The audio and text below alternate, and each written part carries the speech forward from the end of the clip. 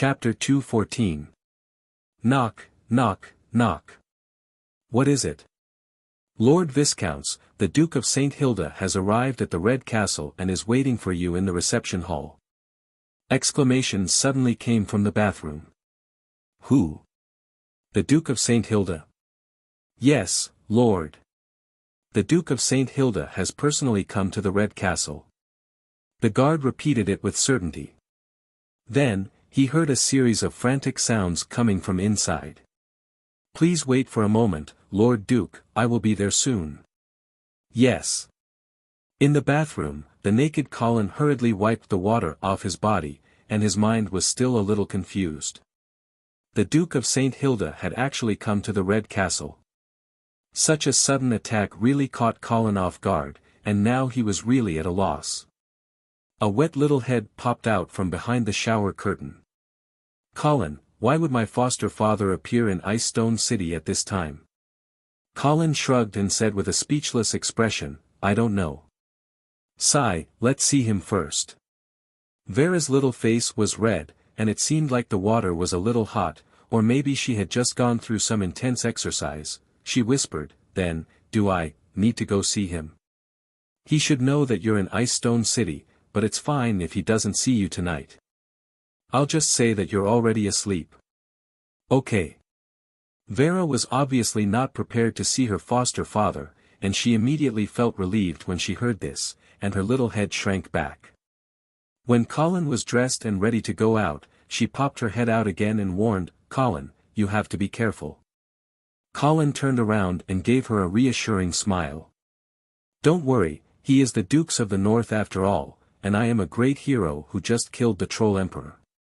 What can he do to me? Vera nodded and watched Colin leave. After leaving the room, the smile on Colin's face instantly disappeared. He took a deep breath and strode toward the reception hall.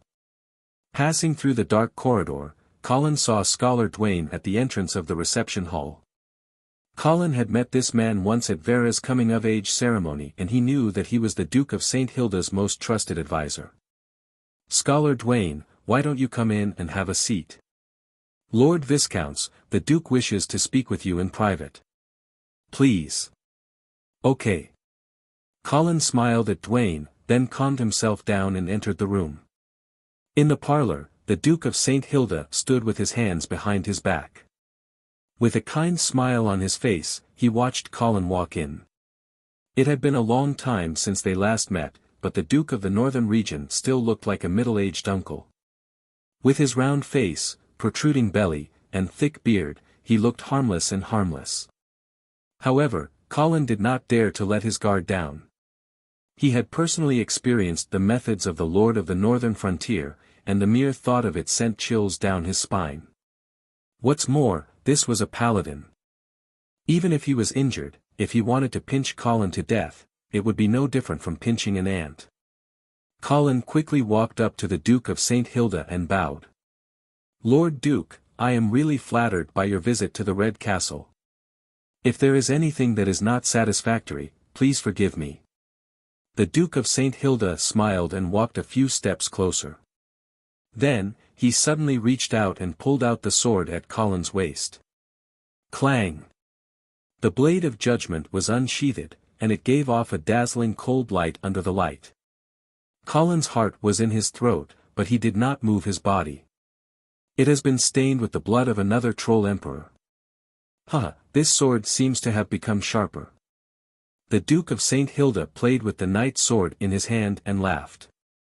Colin immediately said loudly, Lord Duke, anyone with evil in their heart will not be able to escape the judgment of justice.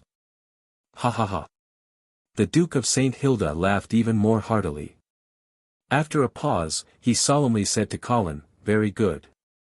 Very good, you are indeed worthy of this blade of judgment.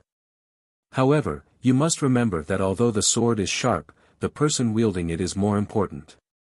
I do not wish to see you use it to behead a righteous person one day. Colin obviously understood the meaning behind the Duke of St. Hilda's words. He quickly expressed his loyalty, Lord Duke, please rest assured. Wherever your will points, that is where my sword points. The Duke of St. Hilda nodded in satisfaction and placed the blade of judgment on Colin's shoulder. Feeling the sharp blade that was only a few centimeters away from his neck, Colin secretly swallowed his saliva and thought, "Don't tell me I'm going to be promoted again." With Colin's military exploits in the expedition to the giant demon empire, it was not too much to promote him to a count. However, the speed of promotion of the Angeli family was too fast. Within 2 years, he had climbed from a baron to a count. This was probably going to set a new record in the Radiant Empire. Just as Colin was hesitating on whether to kneel on one knee, the Duke of St. Hilda spoke.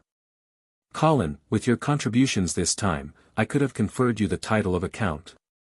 Hearing this, Colin understood that he did not need to kneel. Hence, he slightly bowed and patiently waited for the Duke of St. Hilda's, but. However, the internal strife in the northern frontier has yet to be quelled. Even if I give you a new territory, you will not be able to take it over. Hence, the matter of conferring a title should wait until the end of the rebellion. "Yes, Your Excellency." In the face of the Duke's promise, Colin had no choice but to swallow it. The Duke of St. Hilda's blade of judgment still did not leave Colin's shoulder. He continued, "You don't have to think that I'm being perfunctory. In fact, I already have an idea for your new fief. It's Fallen Eagle City." Colin blinked and cursed in his heart. "Are you trying to encourage me to help you deal with Count Ullman?" However, even though he knew that the Duke of St. Hilda was deliberately throwing out bait, Colin could only put on a grateful expression. "Thank you, Your Excellency." "Yes." The Duke of St. Hilda retracted the blade of judgment and put it back into the scabbard. "However, you have made a great contribution this time. If I don't reward you at all, it would be unreasonable. How about this? Haven't you always wanted to marry Vera? I will betroth her to you now." Colin's eyes lit up and he finally said sincerely, "Thank you, Your Excellency, for your grace. I swear that I will do my best to protect Vera for the rest of my life." "Good. The situation at the northern frontier is not stable now. You should get married as soon as possible. Set it for 5 days later. I will host the wedding for you." 5 days? Colin was stunned. He did not expect the Duke to be so anxious. "Why? Is there no time to prepare?" "It is a little rushed, but I will ask the butler to start preparing immediately." Colin knew that since the Duke had proposed to get married within 5 days, he would not give him a chance to object. In fact, he also felt that it was better to get married as soon as possible. He was a man and he did not care much about the wedding ceremony. "Very good." The Duke of St. Hilda patted Colin's shoulder and said in a more intimate tone. "After the wedding, you and I will work together to clean up those clowns." "Yes, Your Excellency." Colin could only nod his head in agreement. However, he was still wary of the Duke who was about to become his father-in-law. At this time, he finally realized that the Duke of St. Hilda had come to Ice Stone City personally to tie the Angeli family to his war chariot. It had to be said that although this move was simple and crude, Colin could not refuse. Fortunately, the Duke of St. Hilda still had some conscience. At least, he had married Vera to Colin and made him a count. At least, he was not trying to gain something without risking anything. In fact, Colin did not want to see the House of St. Hilda driven out of the northern frontier. However, he was a little afraid of this scheming Duke. If the Duke wanted the Angeli family to fight to the death with the rebel army while he reaped the benefits, then Colin would not foolishly fall for it. "Your Excellency, the Menham family sent people to Ice Stone City a few days ago. It is said that they will soon send troops to the northern frontier." Since it was inevitable that they would board the Duke of St. Hilda's pirate ship, then he did not want to see this ship capsize too early. In response to Colin's reminder, the Duke of St. Hilda smiled indifferently and said in a confident tone, "Don't worry about these things. With me here, the northern frontier will not be able to overturn the heavens." For a moment, an unparalleled aura was emitted from the Duke of St. Hilda's body, causing Colin to have the urge to kneel down and worship him. The Duke's blue eyes flashed with a golden light, as if they contained the power to destroy the heavens and earth. Colin felt a stinging pain in his eyes, and tears flowed out uncontrollably. He could no longer raise his head to look at them directly. Colin hurriedly collected his thoughts, lowered his head, and said respectfully, "Yes." Chapter 2:15. The next morning, when Colin walked into the dining room with Vera, they saw that the Duke of St. Hilda was already having breakfast. Scholar Dawn was sitting next to him. "Duke." "Father." "Well, have a seat."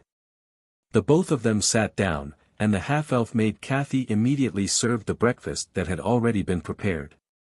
There was grilled steak, fried eggs, chickpeas, strawberries with cream, milk, and wine. No one talked during the entire meal, and there was only the sound of knives and forks colliding with the plates. After breakfast, the Duke of St. Hilda said, "Colin, you can go and prepare for the wedding.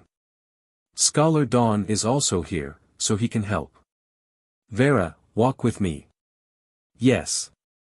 Colin gave Vera a reassuring look before he got up and left the dining room with Scholar Dawn. Vera lowered her head and looked at the silver candlesticks on the dining table, but she did not speak. There was a trace of awkwardness between the father and daughter. After a long time, the Duke of St. Hilda spoke first. "I heard that Charles unfortunately died in the Battle of the Troll Empire." "Yes." Vera nodded, but she could not help but feel sad. The Duke of St. Hilda was silent for a moment, and then he said with a blank expression, "Where is he buried now?" "He is buried in the military cemetery of the Angeli family." "Take me to see it." "Okay." Vera immediately got up and led the Duke of St. Hilda outside. The cemetery was not far behind the Red Fortress, and the people in this world did not have much taboo about cemeteries. They even felt that it was the closest place to heaven, and they could feel the aura of the God of Light there. Therefore, the cemetery was not remote, and there was no gloomy and scary feeling. Charles was buried in the most conspicuous position in the first row of the cemetery, and his full name was engraved on the epitaph, and there was a sentence written by Colin himself. "The one who rests here is a Saint Hilda. He was born for the northern frontier, and he died for the northern frontier." The Duke of St. Hilda looked down at Charles's tombstone, and he was silent for a long time. A few petals were blown by the breeze, and they were like dancing butterflies as they flew past Charles's tombstone. The father and daughter who were silently mourning did not know that the one buried in the tomb was an empty coffin. After a long time, the Duke of St. Hilda raised his head and looked at Vera. Of course, he had already sensed that Vera was alienating him, and he could roughly guess where this estrangement came from. "You hate me," St. Hilda said, making it sound like a statement. Vera was still immersed in mourning her brother's death. She sniffled but didn't say anything. "Do you resent me for marrying you to Silvermoon City?" Vera shook her head. After a moment of silence, she finally asked, "The Savoy family tried to assassinate me in Silvermoon City. Were you the one who ordered them to do so?" "No," the Duke of St. Hilda said firmly. "It was a conspiracy by the St. Thean family."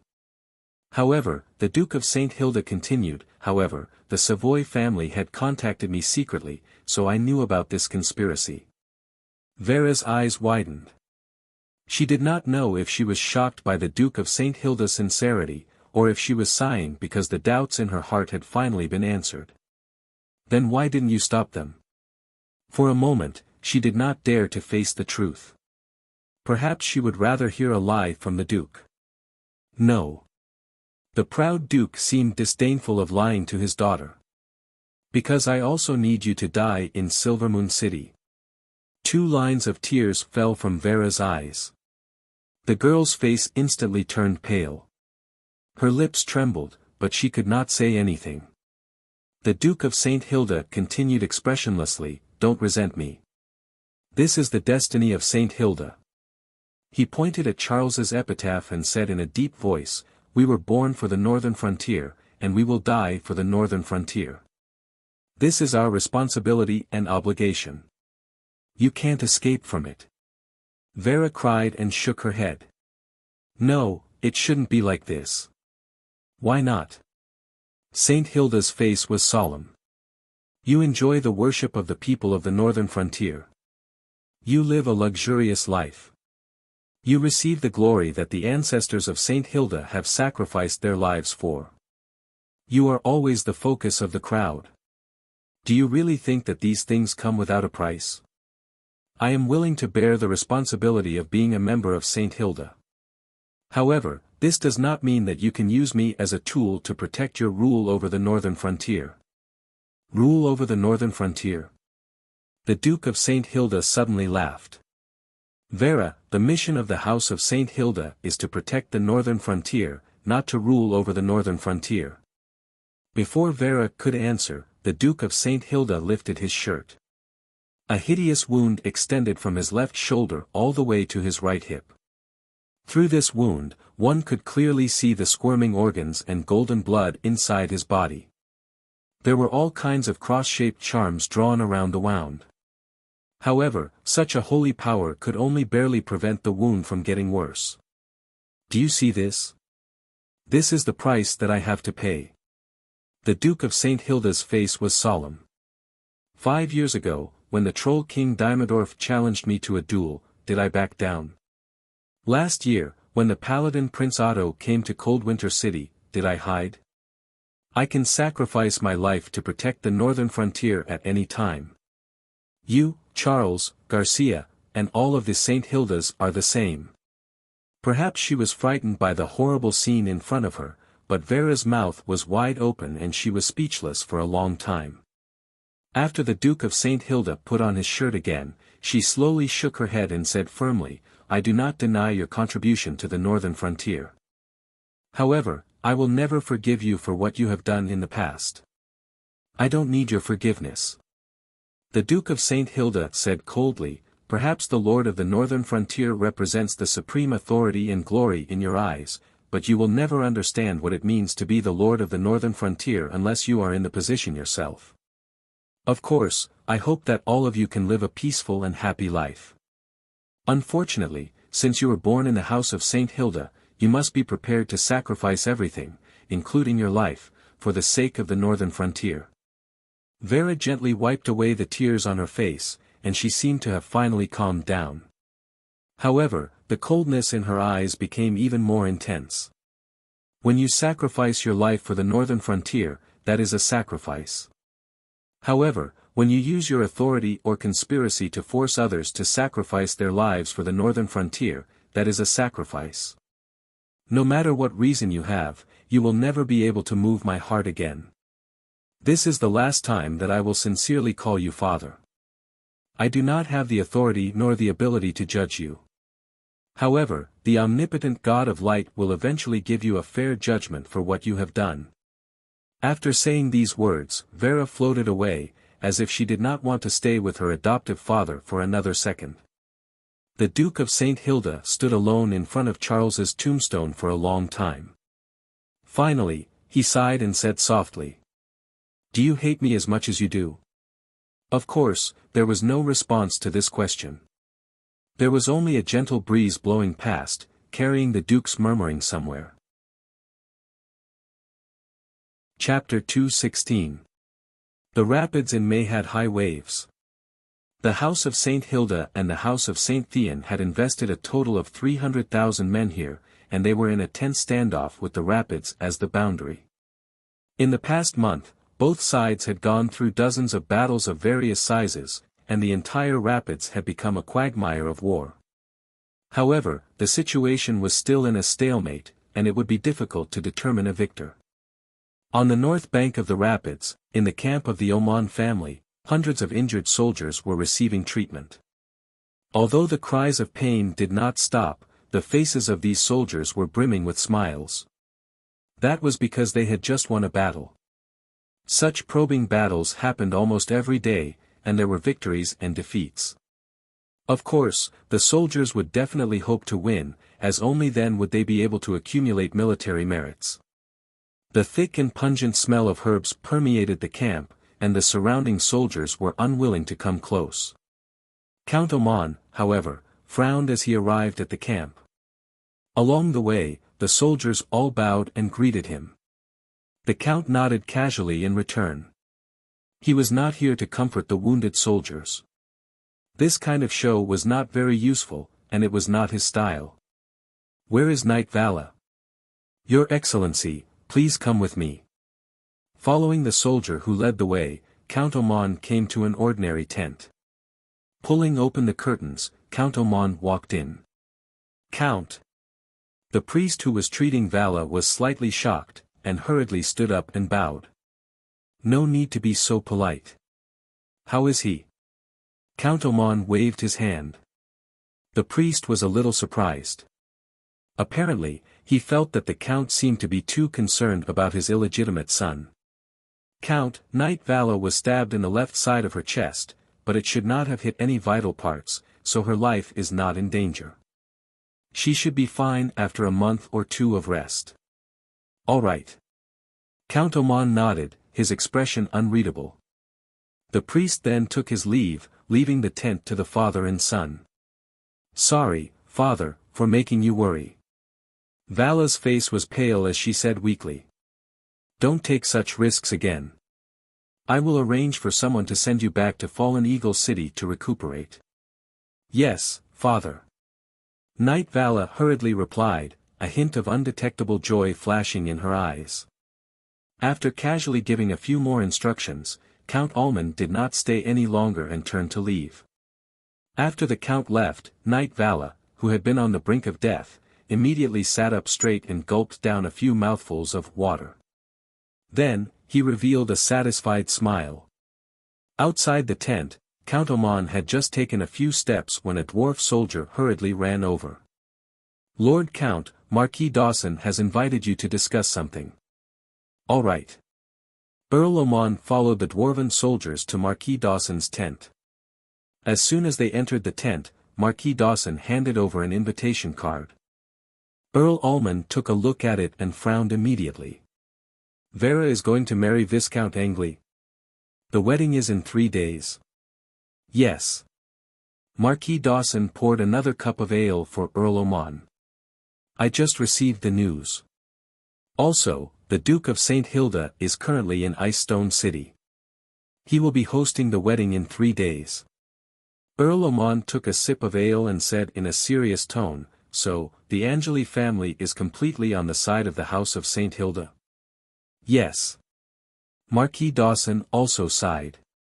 No one would have thought that the Duke of St. Hilda would actually abandon his army at such a crucial time and personally head to Icestone City. It seems that he values Viscount Angley a lot.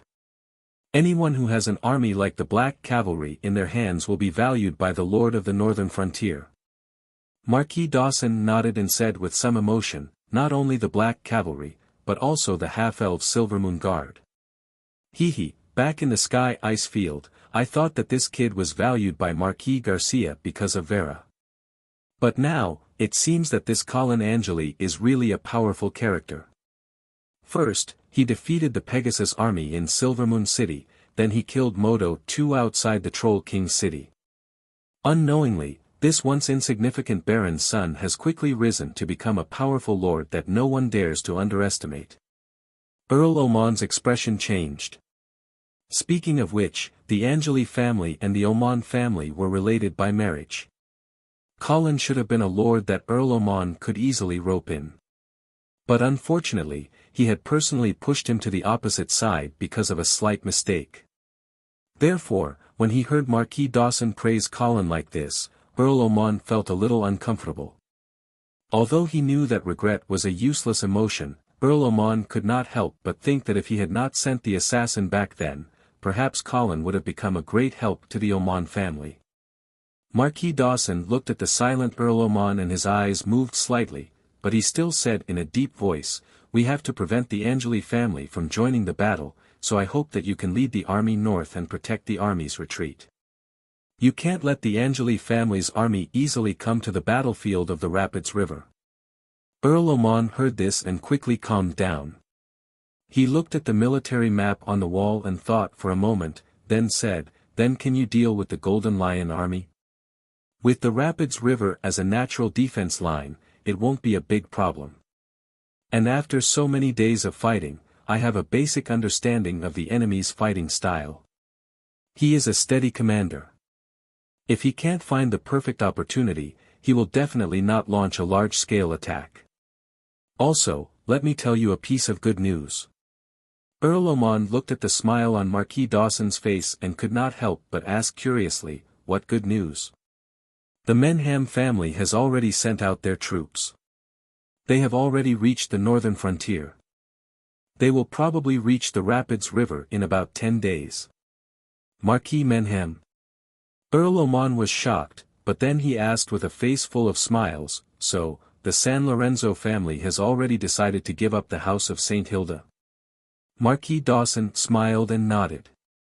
Then this time, the house of St. Hilda will definitely not be able to escape this calamity. Earl Ormond said with an excited expression. But then, he felt an indescribable anger.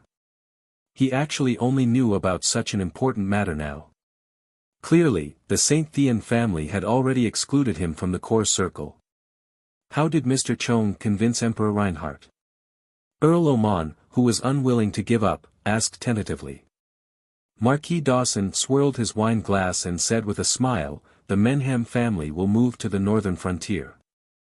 Their original territory will also become the territory of the northern frontier. Earl Ormond thought for a moment before understanding what he meant. And then, the dwarves will establish a country? Yes. Marquis Dawson nodded with certainty, his eyes shining with a dazzling light. Earl Ormond immediately understood what the San Lorenzo family was planning.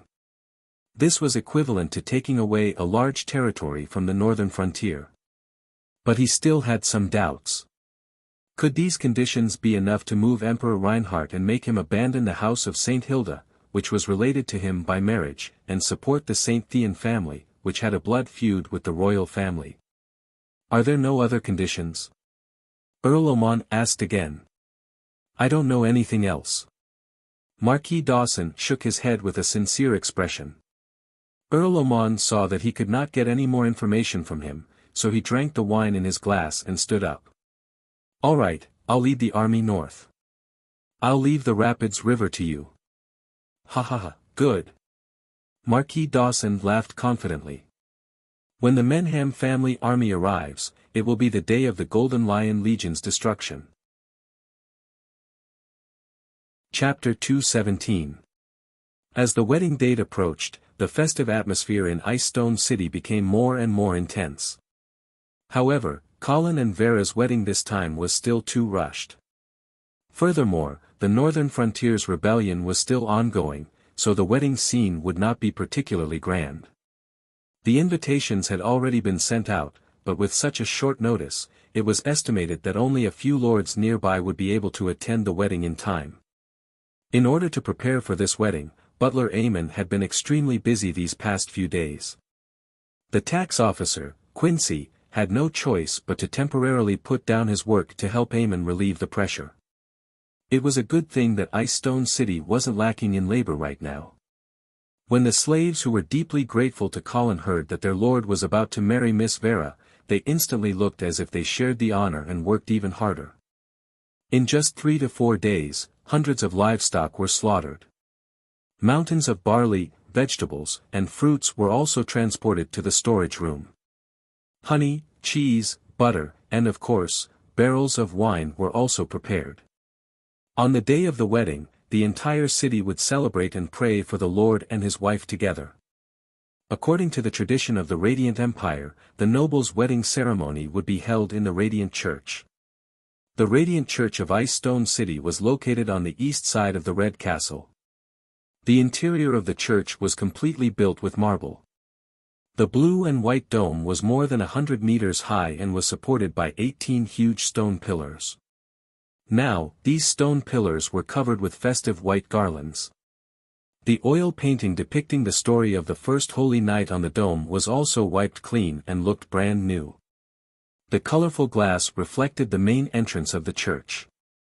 This 10-meter-high large arch would only be opened during important ceremonies. In front of the arch stood a magnificent bronze statue. It was the image of the founding emperor of the Empire of Light, the only level 8 legendary paladin in history, Garner San Lorenzo.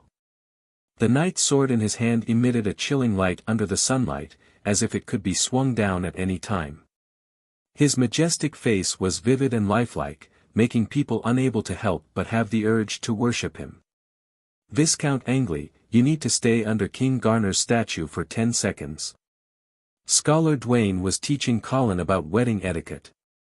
Yes, it's right below the knight's sword. Alright, stop moving. Put your left hand on your chest and look straight ahead. Colin was like a wooden puppet. He would do whatever Scholar Dwayne told him to do. Alright, Your Excellency Viscounts, please follow my footsteps into the church. Yes, don't be in a hurry, take it easy. Very good. The wedding ceremony was actually not complicated, but Scholar Dwayne, who was very strict, forced Colin to rehearse it 10 times. Only when there were no more mistakes did he finally let go of Colin. Viscount Angley, today's rehearsal will end here. When you go back, please recall it carefully. If you have any doubts, feel free to ask me.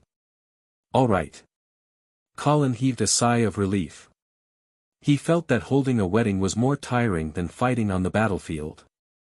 Right now, he just wanted to go back and lie down for a while. After taking a few steps, Colin suddenly heard voices coming from the side hall of the church. He quickly asked, "Is Vera rehearsing over there?" "Yes." Scholar Dwayne seemed to have seen through Colin's thoughts. He quickly tried to dissuade him. "Your Excellency Viscounts, according to the rules, you are not allowed to see the bride before the wedding." "All right." Colin was a little helpless. He had no choice but to suppress his restless heart and walk out of the church. However, he was secretly wondering if he should sneak into Vera's room at night. The two of them had not seen each other for several days, and Colin suddenly missed the taste of the young girl. In the side hall of the church, Vera, who was wearing a white dress with vertical buttons, was slowly walking up the stairs under the guidance of the half-elf maid, Kathy. Her head was covered with a white veil, and her long dress was dragging behind her, deliberately simulating the dress of the wedding day. However, it was indeed a little troublesome for her to walk with such a long dress that was 5 or 6 meters long. "Is this okay?" Vera stood on the high platform as she turned around to look at Kathy. Kathy looked at the long dress that was dragging a perfect semicircle on the stairs before she nodded with satisfaction. "Yes, miss." Vera heaved a sigh of relief. She could not help but lift up the hem of her dress, revealing her slender thighs that were wrapped in flesh-colored silk stockings. Kathy took the opportunity to step forward and help her adjust the diamond necklace that was hanging on her suede boots. "Miss, let's take a break before we go through the last process." "Okay." Vera nodded and listened carefully. She found that the main hall next to them was completely quiet. She knew that Colin had already finished his rehearsal. She looked at the half-elf maid who was standing at the side and suddenly asked, "Kathy, why did you give up the title of a baron in the half-elf kingdom and willingly come to the Red Castle to be an ordinary maid?" Kathy was stunned. She knew that sooner or later, the future mistress of the Red Castle would ask her this question. Moreover, she also knew that she had to be careful. This was because Vera would obviously be more concerned than Colin about whether she had ulterior motives. "Miss, I chose to stay by Viscount Angley's side because I wanted to use the power of the Viscounts to explore the Radiant Moon Forest." "Radiant Moon Forest?" Vera looked at the half-elf maid in surprise. "Isn't that place a forbidden area? It is said that no one who has gone there has ever come out alive." "Yes. However, there is an ancient prophecy recorded in the books of the Savoy family. When the long-tailed star cuts through the sky, the knights in blood-red armor will open the door to the forbidden forest." "Knights in blood-red armor?" Vera frowned. "Do you think that the knight is referring to Colin?" Kathy nodded. She could not help but think of the scene where Colin fought a bloody battle outside Silvermoon City. Vera thought for a moment and realized that Colin really liked the color red. The main color of his armor was red and the castle was also called the Red Castle. Previously, he had also discussed with her about changing the family badge and changing the main color to red. But based on this information, you are sure that Colin is the knight in the prophecy?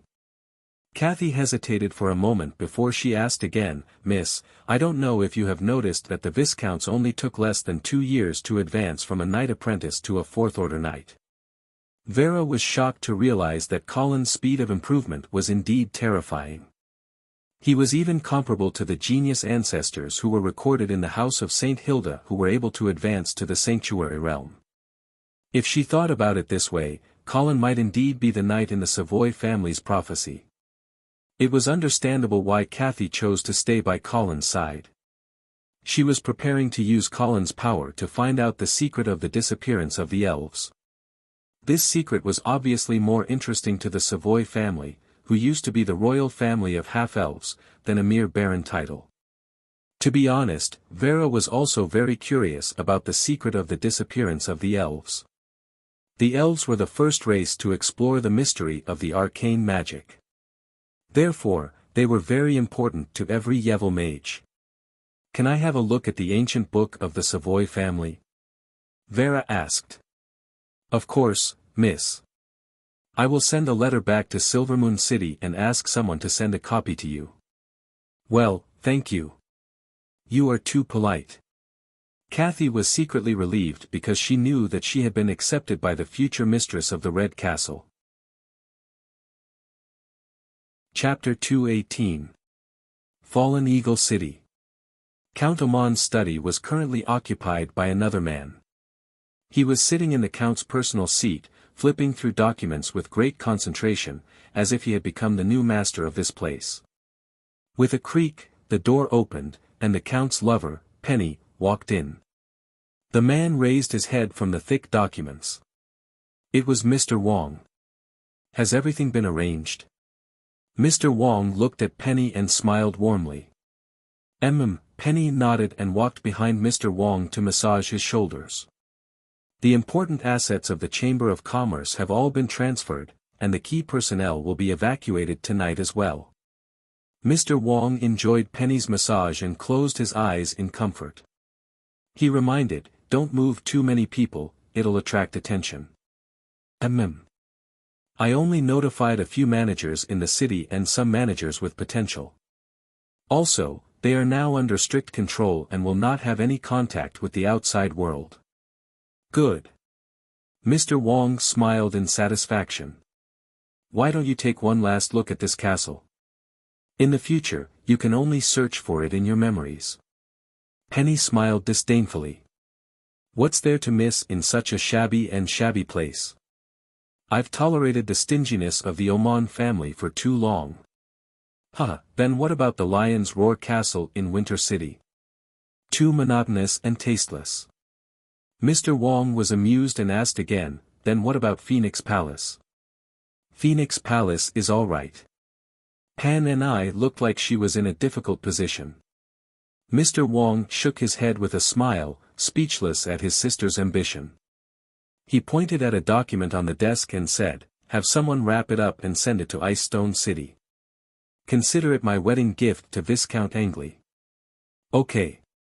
Penny nodded and then said in surprise, if I remember correctly, Viscount Angley's wedding should be tomorrow, right? Yes. Later is later, it's better than nothing. We can't make it seem like the St. Thean family doesn't understand etiquette. Okay. Penny picked up the document on the desk and scanned it. She laughed, aren't you afraid of angering Viscount Angley with a gift like this? Mr. Wong also laughed. No, after tomorrow, he'll thank me. You're right. I'll arrange for someone to send this gift to Ice Stone City. By the way, Mr. Fong called out to Penny who was about to leave and asked, is Viscount Angley's sister still in Fallen Eagle City? No, she hurried over to Ice Stone City the moment she received the news of Viscount Angley's wedding. However, with such a rush, I'm afraid she won't be able to make it in time for the wedding. Yes, she's still useful to us. Did you send someone to keep an eye on her? Of course. Penny nodded and left the study with a smile. As soon as she stepped out of the door, the butler who was waiting outside quickly reported, "Madam, Knight Vala has just returned." "Vala?" Penny frowned. "Isn't he at the front lines of the Rapids River? Why is he back now?" Knight Vala was heavily injured in the battle and was sent back by the Count to recuperate. "All right, I got it," Penny replied casually. As Vala's mother, she didn't even ask about Vala's injuries in detail, nor did she seem to be planning to visit her. At the entrance of the castle, Knight Vala got off the carriage with the help of his squire. "Knight Vala? Is it really you? What happened to you?" Knight Vala heard a cry of surprise behind him after taking a few steps. Turning around, he saw a fatty with a body full of fat running towards him. Vala recognized that it was one of the stewards of the Tulip Merchant Guild, Oliver. Oliver ran to Vala's side while panting, greeting him with an exaggerated tone, "Sir Knight, you're injured? Ah, this is really too bad. Please allow me to send you back to your room to rest." As he spoke, the fat merchant went up to Vala and pulled her arm over his shoulder, before wrapping his own fat arm around Vala's waist. Vala didn't stop Oliver's overly enthusiastic help. Although he wasn't familiar with this steward of the Tulip Merchant Guild, he knew that Oliver's brother was currently in Ice Stone City and had been instigated by Colin. That was why Vala thought that Oliver was someone sent by Colin to contact him. "Mr. Oliver, you're too polite."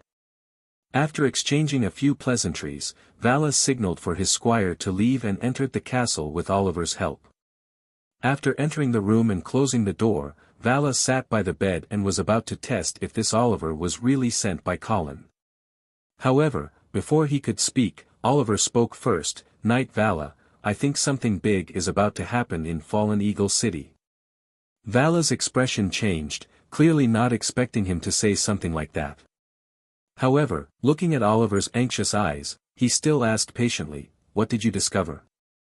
Oliver hurriedly lowered his voice and said, "Sir Knight, after you left with the Count, Lady Penny began to secretly transfer the assets of the Tulip Merchant Guild.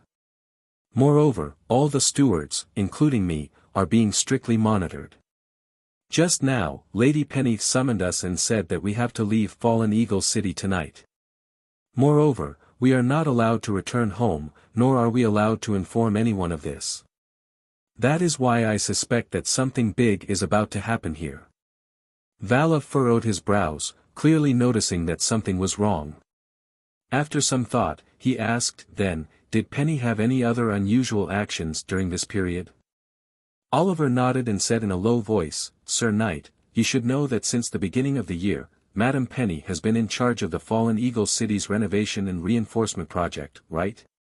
Most of the construction materials used for this renovation project were purchased from the Tulip Merchant Guild.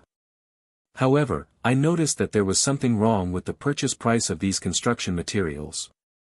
"What's wrong?" "One of the materials is called bluestone fragments, but the price is 5 copper coins per pound."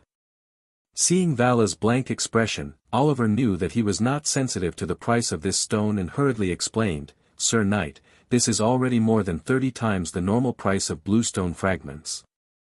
Only then did Vala come back to his senses. His first reaction was, could someone be using this opportunity to amass wealth? However, he quickly rejected this guess. If it was to amass wealth, they would not have done it so obviously and only increased the price of bluestone fragments. Moreover, they did it so fiercely that it could be seen through at a glance. "What do you think is going on?" Vala asked humbly. Oliver nervously rubbed his hands and whispered, "I suspect that it's not bluestone fragments at all." "Then what is it?" Oliver's voice was trembling. "I went to the construction site and saw that the palms of the laboring slaves were all pitch black. That is why I suspect that it's not bluestone fragments that are used to fill the gaps between the limestone, but coal." "Coal?" Vala's brows were knitted together. "Aren't coal used to make fire and forge weapons? Why do they need to buy so much coal to renovate Fallen Eagle City?" At this point, he was stunned. That was because a terrifying thought flashed through his mind like lightning. causing him to shudder uncontrollably. Chapter 219. The 15th of May was the Empire of Light's annual Easter. Legend had it that on this day, the God of Light, who had sacrificed himself for the human race, would be resurrected and bring forth the final judgment. Those who believed in him, followed his teachings, and spread his glory would ascend to heaven, while those who were false, evil, and heretics would fall to hell. Thus, this day was also known as Judgment Day. Ice Stone City appeared peaceful and beautiful under the light of the morning sun. On such a beautiful day, the master of this city was about to hold a grand wedding ceremony. At 8:00 sharp, the knights of the Angeli family were already waiting in front of the church's entrance. They wore full sets of armor and luxurious robes. They held their knight swords in front of them, their gazes firm and their expressions pious. Behind the knights was the church's choir. They all wore white priest robes and chanted hymns. At the same time, purple irises floated in the air. Dong dong dong. Amidst the melodious sound of the bell, the church's door slowly opened. The faceless statue of the God of Light could be seen clearly in the main hall, as if it was watching everything in front of it. The first batch of guests were nobles from the half-elf kingdom. They were led by Duke Modewin to the front of the church. Eamon and Quincy stood on either side of the door, their faces flushed red as they greeted the guests. Following them were the lords near Ice Stone City. There weren't many of them, only a mere 9 people. Perhaps it was because time was too tight that the lords further away couldn't come to watch the ceremony. Or perhaps, the Duke of St. Hilda's rallying power was far from what it used to be. At 9:00 in the morning, the Duke of St. Hilda finally appeared. The Dukes of the North wore a red duke suit today. His beard was also carefully groomed, making him look dignified and elegant. The arrival of the Duke meant that today's male and female protagonists were about to appear. However, before that, there was a large group of bridesmaids. They were all daughters of nobles from the northern frontier who came to watch the ceremony. They all wore yellow evening gowns and colorful garlands on their heads. As for the groomsmen, there was only one, Baron Raymond. This was also the first knight that Colin had met who swore loyalty to him after coming to this world. He was also the first vassal that he had personally conferred. About 800 meters away from the church, 2 carriages pulled by 4 tall horses were slowly moving towards the church, one in front and one behind. The person sitting in the carriage in front was, of course, today's groom. Colin was wearing a simple black suit with a rose on his chest. He looked rather emotional. They were actually getting married. In his past life, before he transmigrated, he was still single. Although he had had many girlfriends, he could never take the final step. It should be because I didn't have a strong father-in-law like the Duke of St. Hilda in my previous life. Just as Colin was lost in his thoughts, the carriage arrived in front of the church. Baron Raymond stepped forward to open the door and helped Colin out. After Colin got out of the carriage, he couldn't help but look back at the carriage behind him. Vera was inside, but of course, he couldn't see anything now. "Viscounts, please."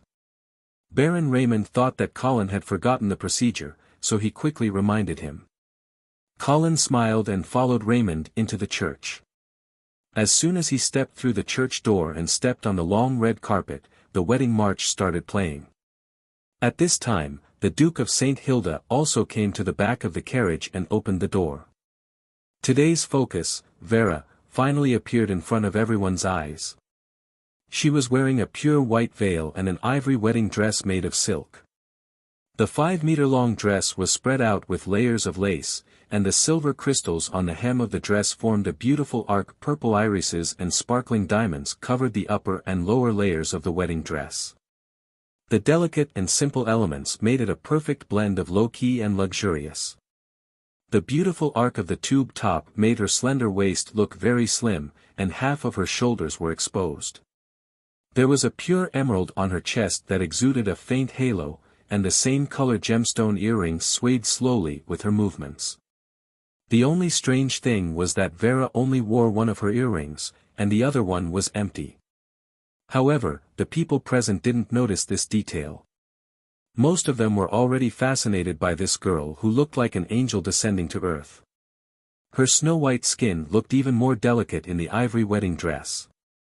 She was wearing a pair of white lace gloves, and she was gently holding the Duke of St. Hilda's arm as she slowly walked towards the church door. As she walked, her slender legs were tightly wrapped in white lace stockings, and her milky white high heels inlaid with fine diamonds sparkled. There were also 2 white gold and diamond chains tied around her delicate ankles, and they added more moving details to the sexy and soft lines of her beautiful legs. The Duke of St. Hilda held Vera's hand as they walked along the red carpet into the magnificent main hall of the church. When they arrived in front of Colin, the Duke of St. Hilda looked at the young man's face with a trace of emotion and nostalgia. He stopped, turned around, and said to Vera, who was dressed up, "My daughter, father will accompany you to this point." Vera stared at the Duke, but she didn't say anything. The thin veil couldn't completely cover her expression, but the Duke couldn't find any trace of reluctance on her face. He sighed secretly and finally put Vera's hand in Colin's hand. He then turned around and walked down the stage. There was a warm applause in the church, but such a lively atmosphere made the Duke of St. Hilda look even more lonely. His eldest son and second son had already passed away, his younger brother was defeated and captured, and his younger sister was already married. Now, Vera was also about to leave him. The Duke of St. Hilda, who was known as the Lord of the Northern Frontier, was about to become a lonely man. Colin's eyes stayed on the Duke's back for a few seconds before he immediately looked away. He could feel the Duke's loneliness, but he didn't feel any pity for him. People who only had themselves to blame did not deserve any sympathy. A thin middle-aged man wearing a white priest's robe walked in between Colin and Vera. His name was Beth, and he was the new bishop of Ice Stone City after the emeritus bishop left. Bishop Perth's gentle voice echoed in his ears, "Colin Angeli, in poverty, in sickness, in pain, in wealth, in health, in happiness, in poverty, in sickness, in pain, in wealth, in health, in happiness, will you stay by Vera St. Hilda's side and protect her forever?" "I am willing," Colin replied sincerely as he looked into Vera's eyes. "Vera St. Hilda, no matter if you are poor or sick, are you willing to stay by Colin Angeli's side and stay by his side for the rest of your life?" "I do." Vera's eyes were sparkling with tears as she made a serious vow. "In the name of the God of Light, I officially declare you husband and wife. May the light of the Lord illuminate your future path." Now, the bride and groom can exchange rings. A 4 or 5-year-old boy ran up and handed the ring box to the newcomers. However, Colin did not take the box from the boy's hands. Instead, he took out a sapphire earring from his chest pocket. When Vera saw the earring, she could no longer control her emotions. She had mixed feelings and 2 streams of tears flowed down her cheeks. Colin smiled gently as he lifted Vera's veil. He gently wiped away her tears before putting the earring on her head. The people who were watching the ceremony were obviously confused. Logically speaking, there should not be such a part of the wedding process. However, this small part that only belonged to Colin and Vera was the real proof of their love. The scene where they fought side by side at the Rapids River and sacrificed themselves to save each other appeared in front of their eyes again. Bishop Beth coughed softly as if he was reminding the newlyweds not to forget the proper wedding process. Fortunately, Colin did not want to be too unconventional. After putting the earring on Vera's head, he picked up the ring box and put the rings on both of them. Bishop Beth heaved a sigh of relief as if his mission had finally been completed. He then announced loudly, "Now, the groom can kiss his bride." As soon as Vera heard the bishop's words, she closed her eyes and stood on her tiptoes as she leaned forward. Colin was a little nervous for a moment. However, when he looked at the pretty face in front of him, he finally took a step forward and kissed the girl's red lips. It was very sweet. Chapter 220. Fallen Eagle City. Vala knocked on the door of a house in the west of the city. Not long after, a middle-aged woman opened the door and walked out. She obviously recognized Vala and quickly bowed. "Good day, Knight Vala. Is there anything I can help you with?" "Good day, Madam Oliver. Your husband has asked me to deliver a letter to you." Vala handed over a letter as she spoke. Madam Oliver quickly thanked her and took the letter, reading it carefully. Her husband had not returned home for more than a month. She had gone to the Tulip Merchant Guild to look for him, but was told that Oliver had left with a merchant group and would not be back for some time. This made Madam Oliver feel a little strange, because her husband would always tell her a few days before he left and ask her to prepare his luggage. However, there were no signs this time. After reading her husband's letter, the worry on Madam Oliver's face became even more intense, and she quickly asked, "Sir Knight, where is my husband now? Do you know?" Vala shook her head. "My apologies, madam. I am only helping him deliver the letter. I can't say anything else. However, I suggest that you do as he says." Madam Oliver seemed to understand something and nodded. "All right, I will take the children and leave Fallen Eagle City now." She then bowed apologetically to Vala and hurried back into the house.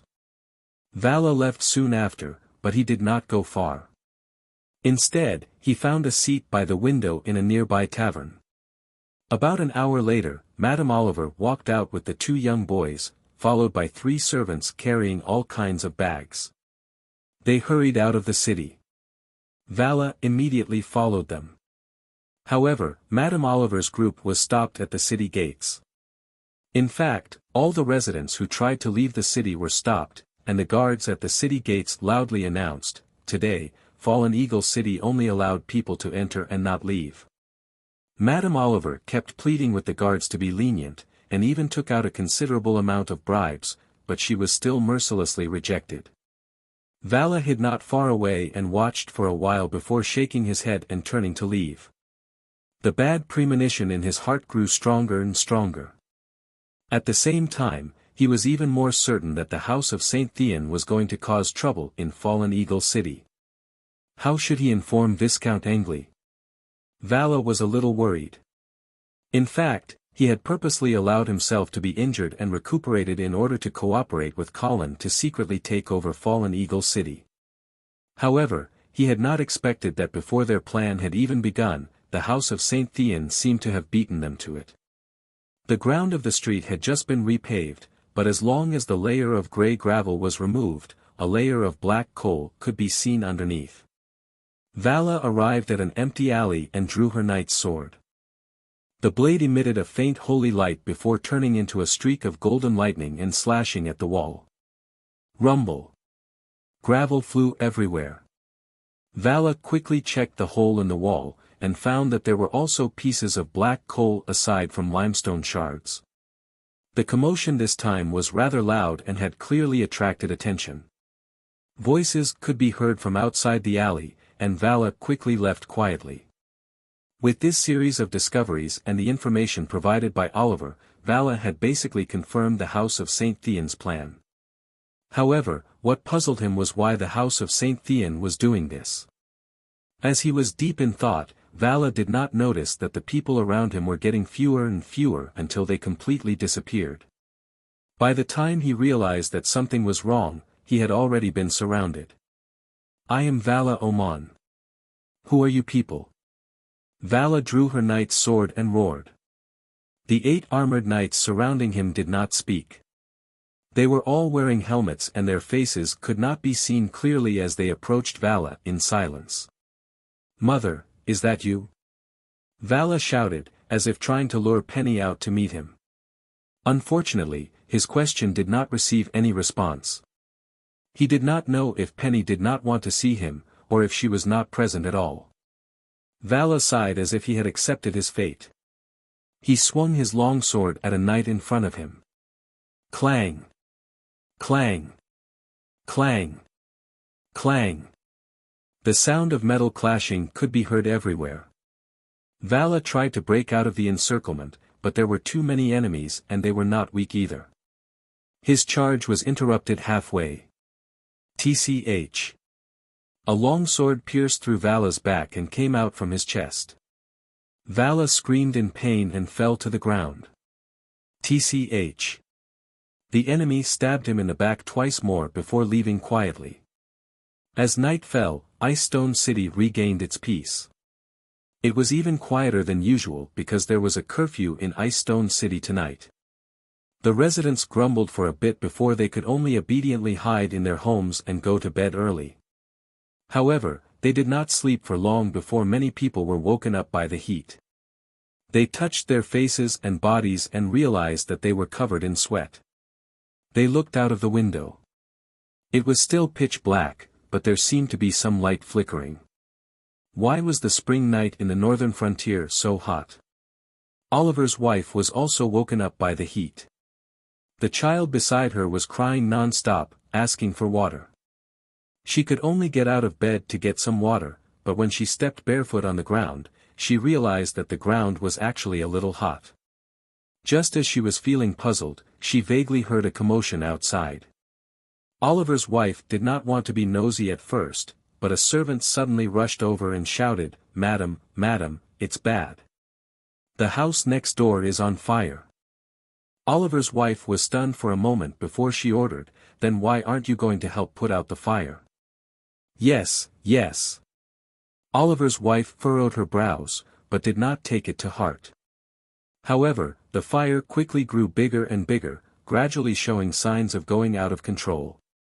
Moreover, Oliver's wife saw that many places in the city were on fire, and she could vaguely see thick smoke rising into the sky.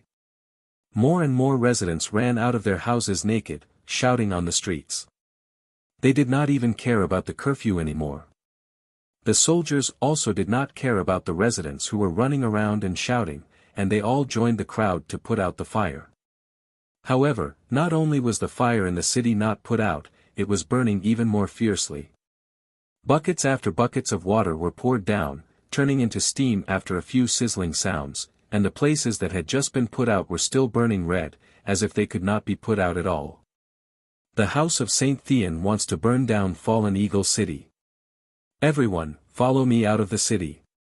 Knight Vala, who was already dead, suddenly stood up and shouted at the crowd.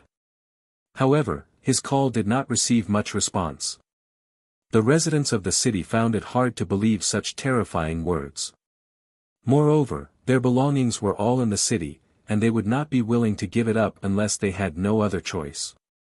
Vala shouted as he ran, but there were only a few people who were willing to follow him out of the city. In just a short while, the fire in the city had become even fiercer and fiercer. Red flames constantly emerged from the ground and shot up into the sky. The flames shot higher and higher, and the originally weak circle of fire became a sea of fire in the blink of an eye.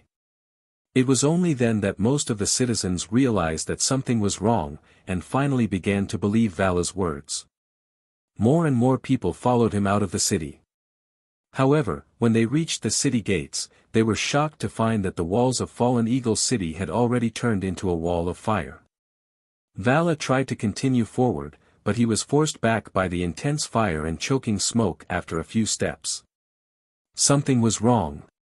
Vala immediately realized that if it was just coal, the fire would not have spread so quickly. After all, it was not that simple to make coal burn, and the fire in the city must have been affected by something else. If Vala could fly up to the sky and look down, she would discover that the flames rising from Fallen Eagle City had gradually spread into fire dragons.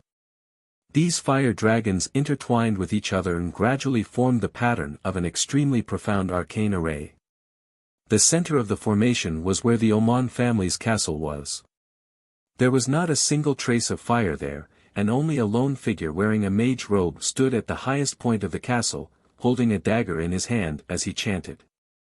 The raging flames illuminated his face, and it was Mr. Chong. The raging flames in the city illuminated the night sky as if it was daytime. Screams of agony could be heard, and the smell of burnt meat wafted in the air. This hellish scene did not move Mr. Chong at all, and he slowly raised the dagger in his hand. Asterisk whoosh. Asterisk he gouged out his left eye.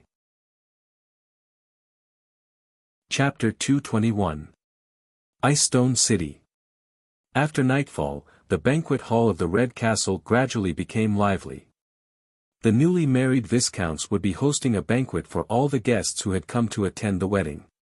The luxurious hall of more than 600 square meters was paved with red paulownia wood. 2 long oak tables were placed on both sides of the hall, with all kinds of fine wine and delicacies on them. The well-dressed attendants stood beside the long tables like statues, ready to serve the guests at any time. However, very few people came here to eat. Even if they did, they would only try a little. It was rude to eat and drink in such an occasion. The guests in the hall were divided into 2 groups.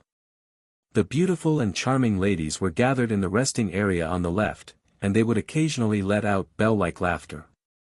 A young girl who looked no more than 15 years old became the target of the ladies' teasing. This was because she was the one who had received the flowers that Vera had thrown to her during the day. This meant that she had received the bride's blessing and was about to become the next lucky person to get married. The young girl's face was as red as a ripe apple, and it was unknown whether she was shy or excited. The well-dressed gentlemen were gathered on the right side of the hall. They gathered in 2s and 3s, holding a glass of champagne in their hands as they chatted amiably. It was unknown how much consensus and tacit understanding they had reached, or how many schemes they had conspired against each other. Among these male nobles, there was an obvious core, the Duke of St. Hilda. He just stood there quietly, taking small sips of the champagne in his glass. Although he did not say anything, the surrounding nobles still took turns to greet him. If they received a few words of praise from the Duke, they would immediately become drunk, and their faces would turn red with excitement. However, the Duke of St. Hilda was of noble status, and the nobles did not dare to disturb him too much. After a few words, they tactfully left. Thus, Scholar Dwayne became the target of everyone's conversation. The topic of discussion naturally could not stray away from the current chaotic situation on the northern frontier. Those who were able to attend this wedding were definitely vassals loyal to the Duke of St. Hilda. At this moment, they were all wantonly attacking the St. Thean family, the Oman family, and the Dawson family, as if they could not wait to immediately lead their troops to the battlefield and kill these traitors of the northern frontier. Scholar Dwayne chuckled as he dealt with the suzerains, feeling rather disdainful in his heart. After the Great Purge last year, the powerful forces among the lords of the northern frontier were basically wiped out. At this time, the nobles in front of him were basically new lords who had just been enfeoffed not long ago. The army in their hands was too weak. Not to mention the Duke of St. Hilda, even Scholar Dwayne looked down on them. What the Duke truly valued was still the Angeli family's army. Only this young man who had inherited Marquis Garcia's legacy could make the Duke of St. Hilda personally come to Ice Stone City at such a critical time and marry off his beloved daughter. Of course, even though Scholar Dwayne was disdainful of the nobles who came forward, he still had to put on a front. While dealing with the nobles, he was also secretly observing the Duke of St. Hilda. Then, Scholar Dawn keenly noticed that the Duke seemed a little absent-minded tonight. Just as the atmosphere of the banquet was getting more and more lively, Colin and Vera finally appeared in a new set of clothes. Colin had changed into a red and black viscount suit with a delicate rose pinned to his chest. He looked elegant and handsome. Vera had also changed out of her wedding dress, which was inconvenient for her to walk around in. She had put on a white, low-cut, backless dress. Her blonde hair was tied up into a bun, and her blue eyes were clear and bright. Her dress fluttered in the wind, and her figure was graceful and graceful. Her beauty was pure and delicate, and the beauty of youth and maturity combined to form a unique charm on her body. Applause sounded as the newlyweds were welcomed into the hall. A huge wedding cake was pushed out by Kathy. The butler, Eamon, handed a silver table knife to Colin and motioned for him to cut the cake together with Vera so that everyone could share the cake. Colin smiled as he handed the table knife to Vera. He then held her hand and cut a small piece of the huge 8-layer cake. Bang! A bottle of champagne was opened, and the bubbles immediately sprayed onto the newlyweds' heads. Colin quickly hugged Vera in his arms to prevent her from getting splashed by the champagne. After playing around for a while, Colin handed the piece of cake that he had cut to the Duke of St. Hilda. He then handed the table knife to Vera and motioned for her to continue dividing the cake for the guests. He then walked through the crowd with the Duke of St. Hilda and came to a secluded corner. "I'm afraid that there won't be time for your honeymoon," the Duke of St. Hilda said straightforwardly. Colin nodded. He had already expected this. The Duke had personally come to Ice Stone City and even asked Vera to marry him. It would be strange if the Duke did not want anything else. "I need you to mobilize the army as soon as possible and attack Iron Furnace City. If you can take down this city within a month, I will immediately make you an earl." Colin blinked and said carefully, "Duke, of course I am willing to fight for you. However, I think that it would be better to take down Fallen Eagle City first." "Oh. Why?" The Duke of St. Hilda tasted the wedding cake in small bites, his face expressionless. "First of all, Fallen Eagle City is closer to Ice Stone City. Moreover, Earl Oman is weaker than Marquis Dawson, so we have a better chance of taking down Fallen Eagle City. Moreover, the St. Thean family is obviously closer to the Oman family. If we take out Earl Oman's nest, we can greatly weaken the power of the St. Thean family." Colin stated his reasons, but he did not mention the most important one.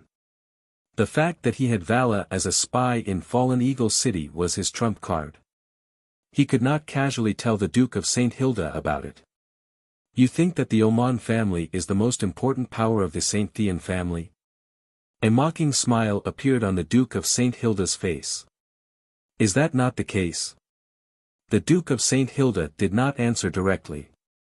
Instead, he said mysteriously, "Don't worry about the Oman family. They are nothing more than a fence-sitter who wants to please both sides. Moreover, I have a way to sow discord between them and the St. Thean family." Colin rolled his eyes as if he had understood something. "Moreover, the dwarves are our biggest problem." The Duke of St. Hilda finished his cake and wiped his mouth with a napkin. He then ordered in an unquestionable tone, "In 3 days, I hope to see your army depart from Ice Stone City and march into Iron Furnace City." Then, without waiting for Colin to respond, he reached out and patted him on the shoulder. Then, he drifted away. The Duke's forcefulness made Colin very uncomfortable, but there was nothing he could do. He did not dare to oppose the other party directly. Rubbing his chin, Colin suddenly thought that if he could not resist directly, could he have Vala cause some trouble in Fallen Eagle City and make the Duke change his mind? While thinking, Colin decisively switched to the perspective of the blood thrall he had arranged in Fallen Eagle City. He wanted to see the current situation in Fallen Eagle City. But then, he was shocked by the scene in front of him. What was going on? Was there a fire? Colin instructed the blood thrall to climb onto a nearby roof.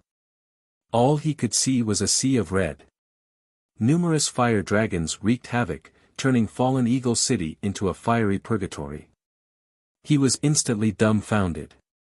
It had only been a few days since he last saw Fallen Eagle City. How did it become like this? Of course, he could not find any useful information from the blood thrall's mind. If he wanted to know what had happened, he would probably have to ask Vala. However, all blood thralls had their own consciousness and could not be controlled by Colin at will like the blood thrall. He had to find Vala. But in this situation, where would Vala be? Colin looked around and found that there was no fire in the center of Fallen Eagle City. Moreover, a green pillar of light descended from the sky and enveloped the Oman family's castle. "Colin, do you want to eat cake?" Vera quietly appeared beside Colin and asked with a smile. "Okay." Colin quickly came back to his senses and took the plate from Vera's hands with a smile. At the same time, he ordered the blood thralls in Fallen Eagle City to immediately head toward the Oman family's castle. He had to figure out what had happened there. Chapter 222. Even though it was still late at night, the sky above Fallen Eagle City was as bright as day. The raging flames devoured everything in the city, and even the weeds within a few hundred meters of the city were scorched yellow by the terrifying heat. Boom. The tightly shut city gates suddenly opened, and a group of knights charged out of the city. However, before they could escape the sea of fire, the sudden flames devoured them along with their horses. The knights who were still breathing struggled in the sea of fire, letting out ear-piercing screams that sent chills down one's spine. Moments later, the smell of roasted meat filled the air. Boom. A section of the city wall finally collapsed under the scorching flames. However, even as the scorching smoke gradually subsided, no one was seen rushing out of the city. The entire Fallen Eagle City had turned into a burning furnace, but what was being tempered inside was not steel, but living people. The endless cries of agony had completely stopped at some point, and the countless lives that were being roasted into charcoal in the furnace seemed to have condensed into green smoke floating in the air. These wisps of green smoke were being driven by some unknown force, and they were gathering at the center of Fallen Eagle City. There, a green pillar of light descended from the sky like a gigantic transparent barrier, protecting the Oman family's castle. It was only here that there was the aura of living people. Vala opened his mouth wide, trying his best to take in a breath of air, but the burning in his chest did not ease at all. Instead, it seemed to be burning even more fiercely. While the green barrier blocked out the flames, it could not block out the suffocating air and the terrifying heat that could cook a person alive. Vala could hear a sizzling sound under his feet with every step he took, and the intense pain made him lose consciousness. In fact, if Vala had not been turned into a blood-kin and had terrifying self-healing abilities, he would have died long ago. Even if his frightening self-regenerative ability would only bring more suffering to Vala, he did not give up and continued to stride toward the castle with determined steps. At the top of the castle, the figure in magician's robes held a staff in one hand and an eyeball in the other, loudly chanting an elven incantation. Thick green smoke enveloped his body and formed a huge green cocoon on top of his head. The surface of the green cocoon trembled as Mr. Chang chanted, as if something terrifying was about to break out of its shell. Sizzle. Vala reached out to grab the wall of the castle, the scorching heat instantly scorching his palm black. However, he didn't seem to feel it at all as he continued to climb upwards. At this moment, there was only one thought in his mind. Revenge. He wanted to take revenge for the 300,000 innocent citizens of Fallen Eagle City. Driven by vengeance, Vala seemed to have forgotten pain and fear. All she wanted to do was twist the head of that evil mage on the top of the castle. However, the closer she got to the smoke-shrouded silhouette, the more Vala felt a frightening pressure.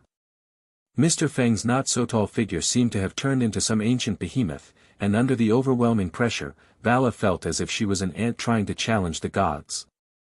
However, the ant didn't stop. He was getting closer and closer. Mr. Feng didn't seem to notice Vala's approach at all as he continued to chant his incantation.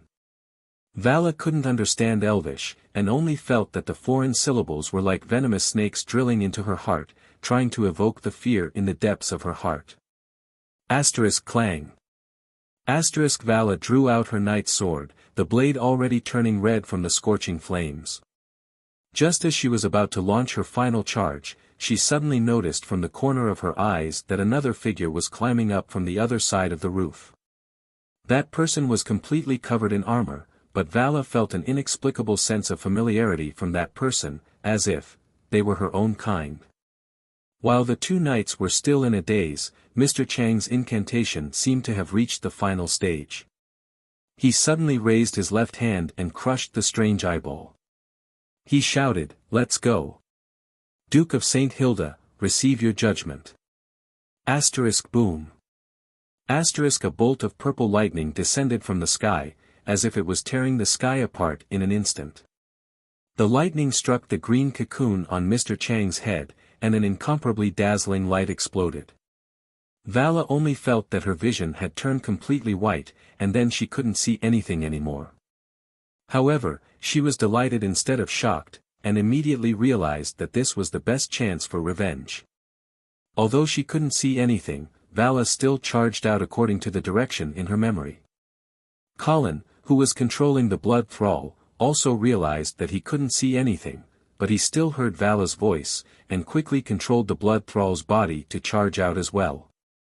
When the blinding light gradually faded, Colin finally saw a blurry image in front of his eyes. Ah! Vala's blood-curdling screams rang in his ears, and Colin focused his gaze to see Vala rolling on the roof while holding half of her face. Mr. Chang was also in a terrible state. His entire right arm had been cut off at the base, and fresh blood splattered all over the roof, corroding the thick limestone into wisps of green smoke. Colin immediately guessed that Vala must have cut off Mr. Chang's right arm, but was burned by the blood that splattered out. At this moment, the green cocoon on Mr. Chang's head had already transformed into a giant eye that was tightly shut. Although it didn't open, Colin had a feeling that something extremely terrifying would happen the moment it opened.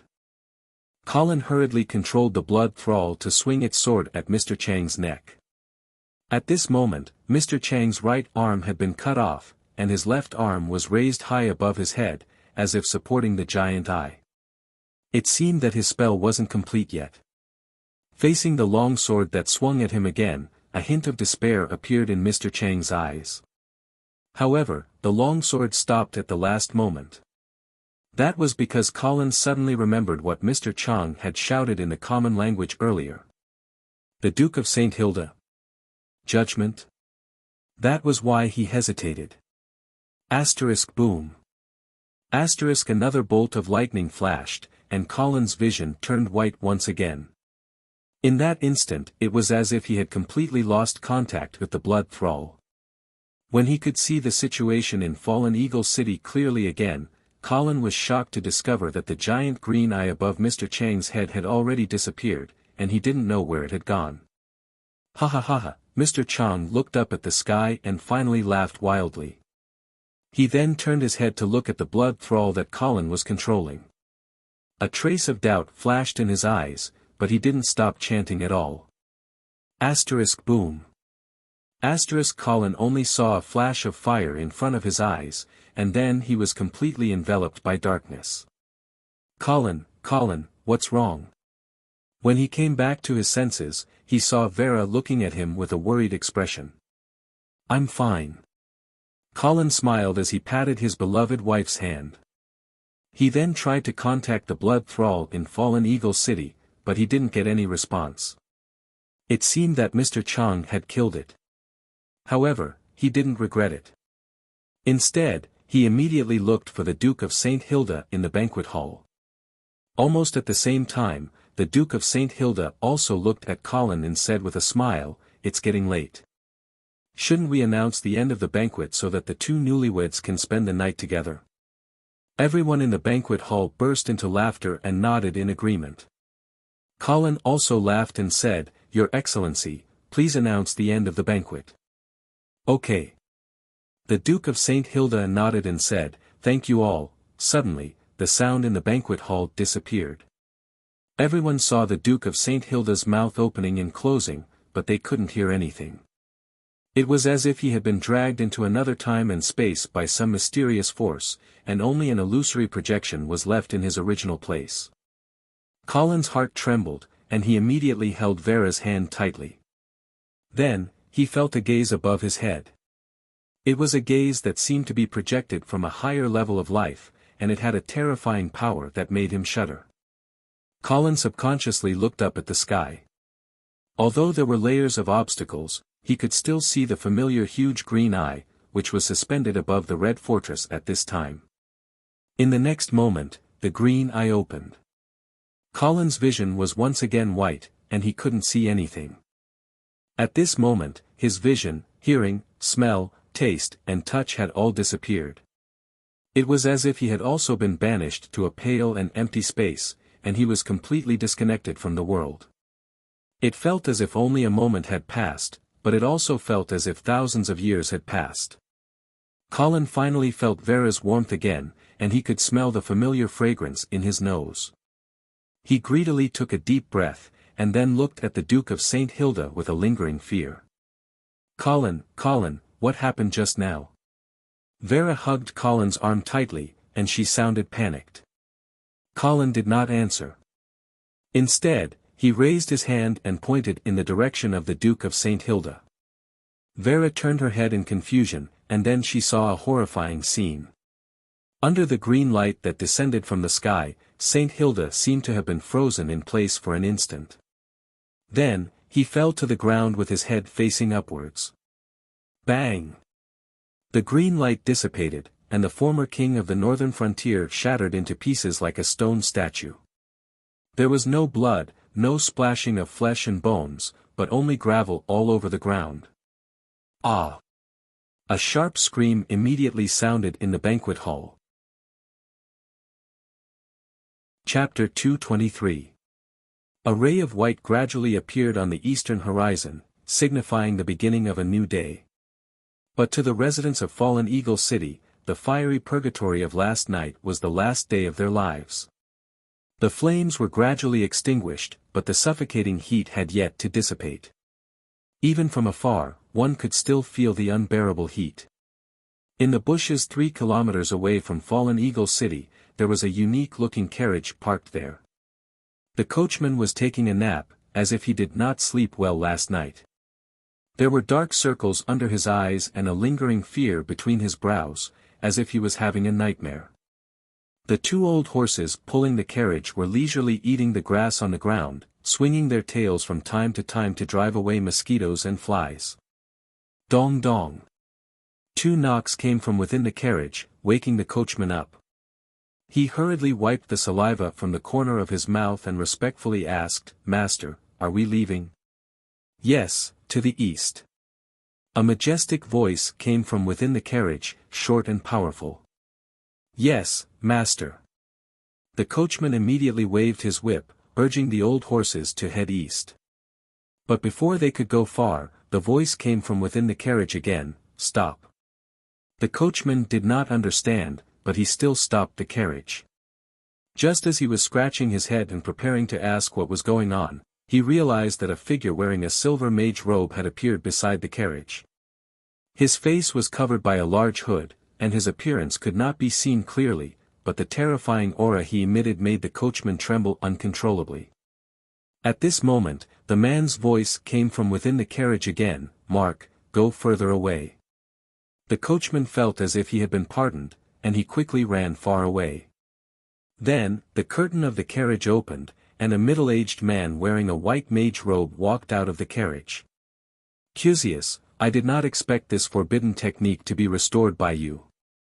The silver-robed mage opened his mouth, his tone was both surprised and fearful, but more than that, it was filled with deep worry. "Lord Ernest, I did not expect to alarm you." The white-robed mage Cusius who walked out of the carriage bowed slightly and saluted. Then, he shook his head and said, "However, we did not restore that forbidden technique. It can only be considered a clumsy imitation. Fortunately, it should have succeeded." Ernest sighed as if he was lamenting about something. Then, his tone turned cold. "Do you know what it means if this taboo technique succeeds?" Cusius laughed, his face brimming with pride and exuberance. "It means that we, the mages, no longer have to be careful around the nobles of the empire. We no longer have to hide in Yevil and struggle at death's door. We no longer have to pay the price of our lives to gain the power to fight against the sanctum." Hearing Cusius' bold words, Ernest raised his head, revealing a weather-beaten old face. However, there was not the slightest hint of joy on his face. Instead, it was filled with boundless sorrow and pity. "No." Ernest slowly shook his head and poured a bucket of cold water on Cusius. "If this taboo technique really succeeds, it will only bring disaster to you and Yevil." Hearing the old mage's frightening words, Cusius chuckled. "Lord Ernest, although I have great respect for you, I still have to say that your weakness has surprised me." Ernest chuckled in the face of Cusius' mockery, as if he was not angry. He only calmly but firmly said, "Apologies, Cusius. I'm sorry, Cusius. I've always admired you and Mr. Chang's spirit of exploration, but I can't tolerate you sacrificing the lives of innocent people to complete a forbidden spell.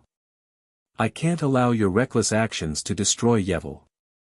Cusius laughed coldly and retorted, "How can there be no sacrifices on the path to the truth? Instead of sacrificing precious mages, why not sacrifice those ignorant and foolish people? As for Yevil, Lord Ernest, your weakness is the true reason for its gradual decline and even extinction. Right now, Mr. Cusius and Lionheart have already reached a consensus. The northern frontier will soon have a new master, and a new master who is a mage. As for the paladins that have always been a headache for mages, we have already found a way to deal with them. Thus, Lord Ernest, it is time for you to cast aside those old dogmas and let the Mage Council rise from the ashes." "Rise from the ashes? I think you will only burn yourselves if you play with fire." Ernest's expression was cold. "Your target this time should be the Duke of St. Hilda, right? Whether he dies under this forbidden technique or not, it will cause a huge uproar in the Radiance Empire.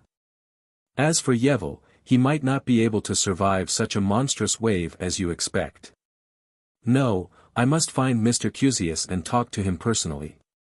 As he spoke, Ernest walked towards Fallen Eagle City. However, after taking a few steps, Cusius blocked his path. Ernest narrowed his eyes and said in a low voice, "Cusius, you actually dare to stop me?" Cusius shook his head firmly and said, "My apologies, Lord Ernest. I promised Mr. Cusius that I would protect him for a day. During this day, no one is allowed to approach the ruins of Fallen Eagle City." Ernest suddenly laughed and said in a cold tone, "Cusius, do you really think that I am old?" Cusius raised his staff and replied, "No, I just think that it is time for you to give up your position." "Ha ha ha." Ernest laughed loudly as if he had heard the funniest joke in the world. "Give up my position? You want to be the chairman of the Parliament of Mages? Fine, let me see how much you've improved over the years." As he spoke, Ernest's eyes instantly turned silver-white. Countless tiny lightning bolts slithered around his body like silver snakes. His expression became incomparably cold as he chanted some obscure elven language. Cusius also entered battle mode at the same time. His golden hair turned completely white in an instant, and there were even traces of frost on it. The temperature around him dropped by more than 10 degrees in an instant, and visible ice crystals began to condense in the air. The skies suddenly darkened, and the wind on the plains seemed to have stopped.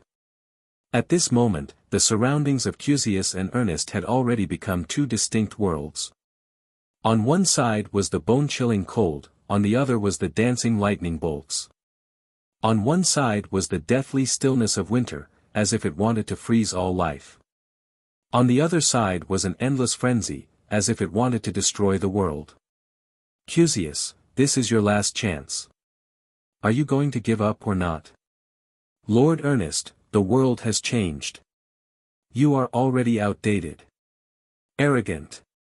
With a loud shout, countless lightning bolts as thick as pythons twisted their bodies and blasted towards Cusius at a speed that was hard to see with the naked eye.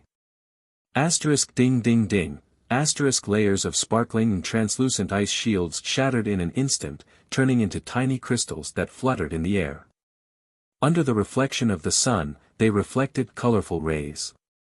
There was a kind of demonic beauty. These beautiful yet dangerous ice crystals condensed in the air and did not disperse. Following Cusius' hand gestures, they constantly changed their positions and gradually formed a mysterious array in the air. Asterisk roar. Asterisk the deathly still world of ice and snow suddenly went berserk. An extreme cold storm carried fine ice crystals like a tornado and rushed towards Ernest with an unstoppable momentum. Along the way, a thick ice crack was blown out of the ground. All the animals and plants on the ice crack were frozen in this ice crack in an instant. Asterisk rumble. Asterisk a huge shockwave, along with ice and lightning, quickly spread out in all directions. Although Coachman Mark had already hidden far away, he was still affected by the aftershocks. His body trembled and he fainted instantly. Chapter 224. As the sun set in the west, the Oman family's army began to set up camp. Bonfires were lit, dispelling the darkness that was gradually enveloping the land. As night fell, a convoy bearing the Tulip Merchant Guild's insignia slowly entered the camp. Penny lifted the curtain of the carriage and asked a knight who came up to greet her, "Where is the Count?" The knight bowed slightly and replied, "Madam Penny, please follow me." Penny got off the carriage and followed the knight to a tent in the center of the camp. "Why are you here?" Earl Oman looked at Penny, who had just walked in. He was slightly surprised. Penny smiled sweetly. "What? Am I not welcome?" "Not at all. It's just that I'm a little worried when you're not in Fallen Eagle City." Penny stepped forward and gently poured a cup of tea for Oman. "Don't worry, there are 30,000 soldiers in the city. Besides, isn't Vala here too?" Count Oman nodded. How's Vala's injury?" "I've seen it myself. It's nothing serious. She'll be fine after resting for a while." Just as the two were talking, they saw Viscount Lawrence excitedly walk in. "Father, I heard that mother is here." Count Oman glared at his son and scolded, "Keep your voice down." Viscount Lawrence smiled carelessly, "Don't worry, father. I've already sent the guards away. No one will hear." Penny looked at her son dotingly and smiled, "It won't be long before Lawrence can openly call me mother." Count Oman was a little helpless, but he did not want to go against his wife's wishes. He nodded vaguely and asked, "Why did you come to the camp to look for me?" Penny rolled her eyes at the Count. "Can't I come to see you if there's nothing?" As she spoke, she picked up the tea she had just poured and handed it to Count Oman. Count Oman took the teacup but did not drink it immediately. Instead, he looked at his lover and smiled, "Of course not. I just feel that with your personality, you wouldn't have come so far to find me if there wasn't something." Penny glanced at the Count. Seeing that his expression was normal, she said, "There is indeed something going on. I just learned about the details of the peace agreement between Viscount Angley and the Troll Empire." As she spoke, she handed a letter to the Count. According to this agreement, the Angeli family will definitely rise to power in the future and become the most powerful force in the northeast of the northern frontier. Therefore, my brother suggests that you plan as soon as possible and eliminate the threat in the bud. Earl Oman received the letter, frowning as he read it. The more he read, the more shocked he became. How badly did the trolls lose? How could they sign such a peace agreement? Before he could fully digest this information, Penny opened her mouth again and said something even more explosive. "Oh right, there's one more thing. The Duke of St. Hilda is dead." "What? Who died?" Earl Oman's eyes widened, and he looked at his lover in disbelief. At this moment, a silver light pierced towards Count Aldman's back. Ka. However, it was as if Count Aldman had eyes on the back of his head. In an instant, he grabbed the attacker's wrist with lightning speed. The tent fell silent. Only the letter floated down slowly, falling into the bonfire and igniting a flame. Count Aldman slowly turned his head, looking at the attacker behind him.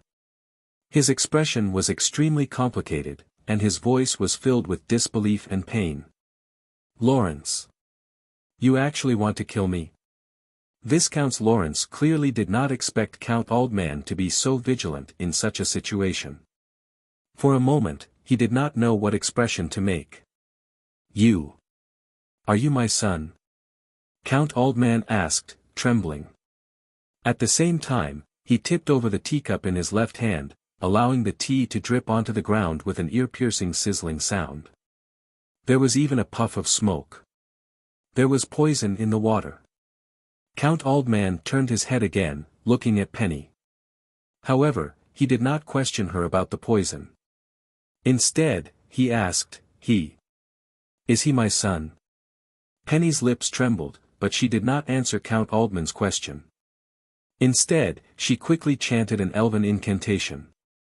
She was also a magus. "You're courting death." Count Aldman roared, sending Viscount Lawrence flying with a kick. At the same time, he shot towards Penny and grabbed her by the throat, interrupting her incantation. Viscount Lawrence fell to the ground, spitting out a mouthful of blood. He struggled to get up and was about to charge again when he heard Penny squeeze out a word. "Let's go. Mother." Viscount Lawrence's face was conflicted. Scram. Count Aldman turned his head and glared, roaring. Viscount Lawrence saw the terrifying look on the other party's face, and immediately scrambled out of the tent in fear. "Is he my son?" Count Aldman was still conflicted about this question, as if he would not give up until he got to the bottom of it. Penny patted Count Aldman's steel-like hand on her throat, indicating that she could not answer. Only then did Count Aldman let go, staring at his lover expressionlessly. Penny panted a few times, and only after a long while did she regain her breath. Then, she did not panic, looking coldly at Count Aldman and slowly uttered a word. "No. Slut." Count Aldman's expression twisted, his eyes looking as if he wanted to swallow the woman in front of him alive. "He's your and your brother's bastard, isn't he?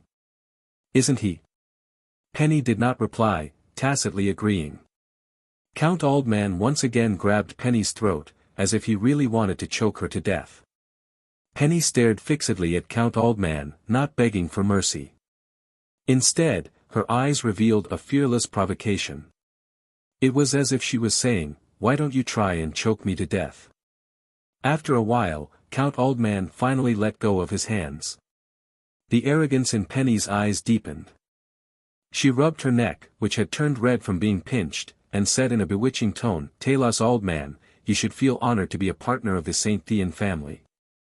As long as you let me go, when my brother becomes the new lord of the northern frontier, you will be the greatest contributor."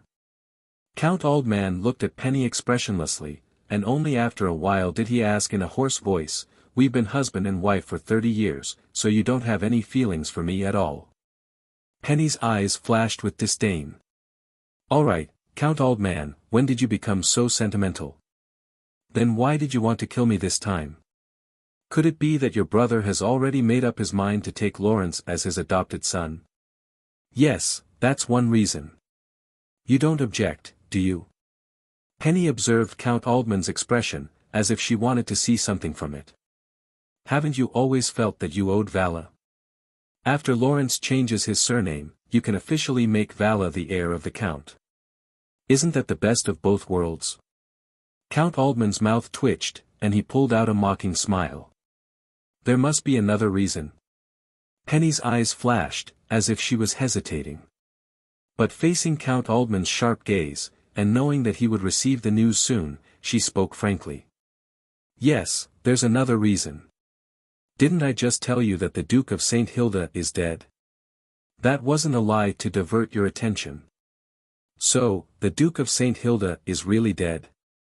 Count Aldman's gaze seemed to soften a little, and there was even a hint of unconcealable joy in it. "Yes." Penny raised her head proudly. "So, the House of St. Hilda is finished, and the House of St. Thean will soon become the master of the northern frontier. Don't make the wrong choice at this final juncture." Count Aldman looked unmoved, and persistently asked, "If the Duke of St. Hilda is dead, why do you want to kill me?" Penny glared at him unhappily, as if she felt that she had regained control of the situation. "There must be a price to pay for killing a holy knight. My brother paid the price of an eye, and your Aldman family naturally had to pay something as well." Count Aldman's gaze trembled, and he asked sternly, "What price did the Aldman family pay?" "Fallen Eagle City." "Fallen Eagle City?" "Yes. Fallen Eagle City was sacrificed." Penny looked at Count Aldman, whose gaze had suddenly turned violent, and hurriedly advised, "Talos, don't be agitated. Although the Aldman family lost a city, as long as you continue to be loyal to the House of St. Thean, we will definitely compensate you, and double the compensation." "Compensate?" Count Aldman suddenly quieted down, as if he was moved. Penny looked at Count Aldman, who had calmed down, and immediately heaved a sigh of relief. She hurriedly said, "I will ask my brother to confer you the title of Marquis, how about that?" Seeing that the other party did not speak, Penny leaned forward and drew circles on Count Aldman's chest. She said with a coquettish look, "If you don't want that lowly illegitimate son of Vala to inherit the title, I can give birth to another child. How about it?" Count Aldman looked at Penny expressionlessly, and said flatly, "Vala lowly? Ha, he is the son of Madame Sue Duo and I. What about Lawrence? He is just the illegitimate son of your incestuous relationship with your brother." Penny's expression changed slightly, but she suppressed her anger, and said with a charming smile, "What do you know? Lawrence has the purest blood of the house of St. Thean flowing in his body." Count Aldman's gaze turned colder and colder. "Do you think that just because you have the word Saint in your surname, you can treat others like dogs?" Penny's charming smile froze on her face, and her tone hardened. "Talos Aldman, don't fail to appreciate, *Kacha. She was only halfway through her sentence when Count Aldman broke her neck. Count Aldman looked at the corpse of the woman in his arms and mocked. "So killing a descendant of a paladin family is no different from killing a mortal." Bang. Throwing the corpse to the ground, Count Aldman shouted outside the tent, "Men!" Not long after, a knight appeared in the tent and said respectfully, "Count, what are your orders?" "Go and capture Lawrence Aldman, dead or alive." "Yes." Chapter 225. The Duke of St. Hilda's coffin was placed in the main hall of the church. Who would have thought that just yesterday, the Dukes of the North had presided over the wedding of Colin and Vera?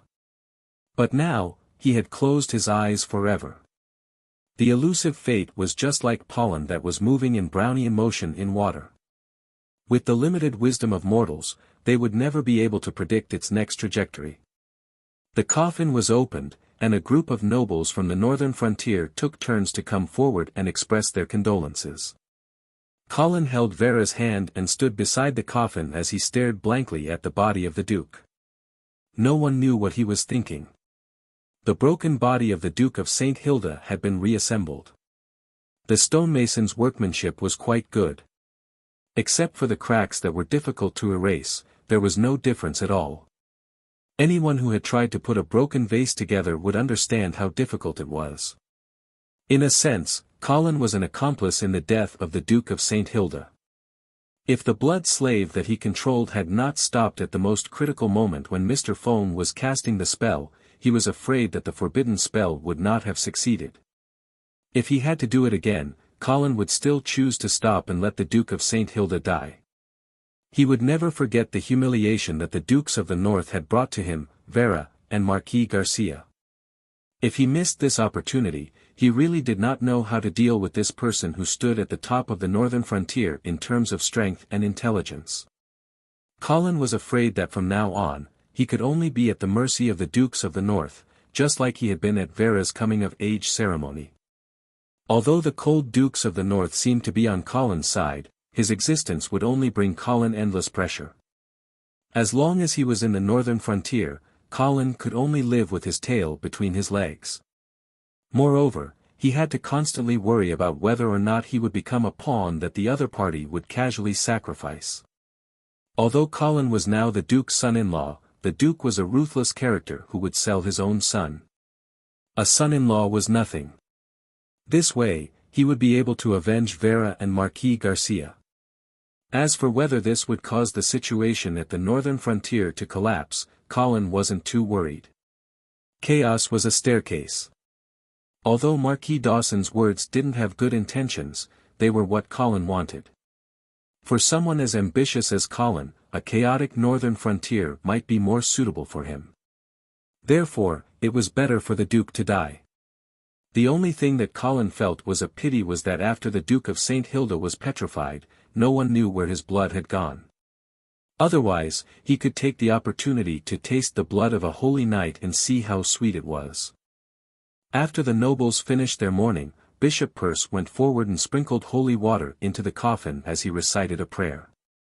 Finally, under the bishop's lead, everyone observed a moment of silence for the Duke of St. Hilda. The wake ceremony ended, but the Duke of St. Hilda couldn't be buried yet. After all, he was once the lord of the northern frontier. The Duke of St. Hilda's body couldn't be buried in a random cemetery in Ice Stone City like Charles, who didn't have a title. Instead, it had to be transported back to Winter City for a grand funeral. When the time came, the empire's royal family would send people to participate. At the same time, the new dukes of the north would be decided. Colin, I will stay to keep watch. You can go back. After everyone left, Vera turned to Colin and said softly. Her face was a little pale, and there was an unconcealable sadness in her eyes, but more than that, there was worry and confusion. Colin held her cold little hand and said gently, I will stay to keep watch with you. Okay. Vera smiled and hugged Colin's arm. She leaned her head on his shoulder and let out a long sigh of relief. After Bishop Peirce closed the door of the hall, only Colin and Vera were left in the hall. The cold moonlight shone through the glass on the marble floor, and it blended with the brilliance of the magic crystal chandelier, forming a strange pattern. A gentle breeze came in from nowhere, and it brought the tranquility of the spring night into the hall. Colin. Vera suddenly opened her mouth, and her voice seemed to come from the distant starry sky. It was deep and ethereal. What's wrong?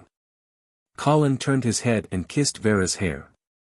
Do you think I should hate him? What do you think? Colin did not give an answer because he knew that what Vera needed at this time was not an answer, but a confession. No matter how bad the Duke of St. Hilda's behavior was, after all, he had raised Vera for 20 years. This was something that could not be refuted. What's more, he had given Vera something that she needed the most, an identity. Colin did not know which beautiful woman Marquis Garcia had given birth to Vera, but if the Duke had not adopted her, she would have been a despised illegitimate daughter. I don't know. Vera said softly. However, Colin did not hear a trace of hatred in her voice. If you don't know, then you should keep this question in your heart for the time being. Maybe one day, when you look back at this experience, you will have the answer. Colin decisively gave her a bowl of chicken soup to soothe the girl's wounded heart. Vera thought about Colin's words, and her eyebrows relaxed a lot. I understand. Thank you, Colin.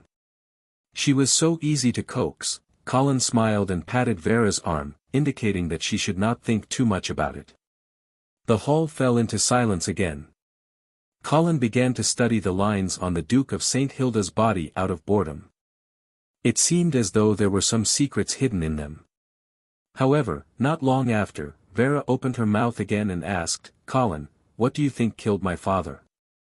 I guess it should be some kind of magic. However, if it can kill a paladin, I am afraid that it must be a forbidden spell. At this point, Colin suddenly recalled the scene in Fallen Eagle City that he had seen through the eyes of the blood thrall. Colin could not help but feel a chill down his spine when he saw the terrible scene of fire burning the city. I guess it is also a forbidden spell. Vera nodded. Moreover, it is very similar to a forbidden spell that I have seen before. Oh. Colin suddenly became alert. He suddenly remembered that his wife was also a mage. Maybe she would know some useful information. Therefore, he asked, do you know about this forbidden spell? Vera nodded and then shook her head. I have seen a similar forbidden spell in my teacher's library. However, it is impossible to release that forbidden spell now because one of the most important casting materials can no longer be found. Oh. What kind of forbidden spell is it? The Eyes of Petrification. The Eyes of Petrification. Colin looked at the Duke of St. Hilda who had turned into a stone statue in the coffin. Yes. However, this forbidden spell is not the same as the Eyes of Petrification. I remember that the Eyes of Petrification is a forbidden spell that uses the spellcaster's eyes as a medium to release the spell. Everyone who looks directly into the spellcaster's eyes will turn into stone. However, there were no suspicious spellcasters in the Red Fort on the day that my father was affected by the forbidden spell. Moreover, I also looked up and saw the mysterious green eyes in the sky. Therefore, although the two spells are similar, they are definitely not the same forbidden spell. I guess it is a new spell that is modified from the eyes of petrification. Colin touched his chin. He then noticed an important piece of information that Vera had told him. You said that you saw the eyes of petrification in your teacher's library? Yes. Who is your teacher? He is the deputy chairman of the Yevil Mage Council, Master Cusius. Cusius? Of course, Colin had never heard of this name before. He knew almost nothing about Yevil, a city of mages. Then, do you know Mr. Kong? Colin said the name of the real spellcaster. Yes, I have met him a few times in Yevil. His origin is very mysterious. It seems that he has a very good relationship with my teacher and they often exchange their research experiences together. Colin looked at Vera who had a confused expression on her face and said, actually, Mr. Kong is a descendant of the St. Thean family. St. Thean family? Vera was really surprised. Yes, and I suspect that Mr. Kong is the one who killed the Duke of St. Hilda. Vera frowned. Then, do you think that Mr. Kong developed the forbidden spell that killed my father based on the eyes of petrification in my teacher's library? It is very possible. Vera pondered for a moment before she said, then, I will write a letter to my teacher and ask him about this matter when I go back. Well, it would be best if you ask him about the conditions for casting the forbidden spell, the price that needs to be paid, and whether there is any way to break the spell. Colin was a little worried that he would become the target of this forbidden spell one day. This forbidden spell was too terrifying. It could even petrify a paladin. He felt that if he became the target of this forbidden spell, even the characteristics of the Blood Clan would not be able to save him. Okay. Chapter 226. The first rays of the morning sun appeared above Ice Stone City earlier than usual, shrouding the city that had just experienced great joy and great sorrow. Perhaps the sun also knew that today was a special day and wanted to let the two of them who had not slept the entire night finish their vigil earlier. The golden sunlight shone on the dome of the church, dyeing it with a layer of gorgeous halo. The side door of the church opened and Colin walked out holding Vera's hand. Colin did not sleep the entire night but Vera was so sleepy that she could not even open her eyes. In the crisp sound of horse hooves, Night Leg had personally driven the carriage in front of Colin. However, Colin did not get into the carriage immediately. This was because he had already seen another figure standing outside the church. It was Scholar Dawn.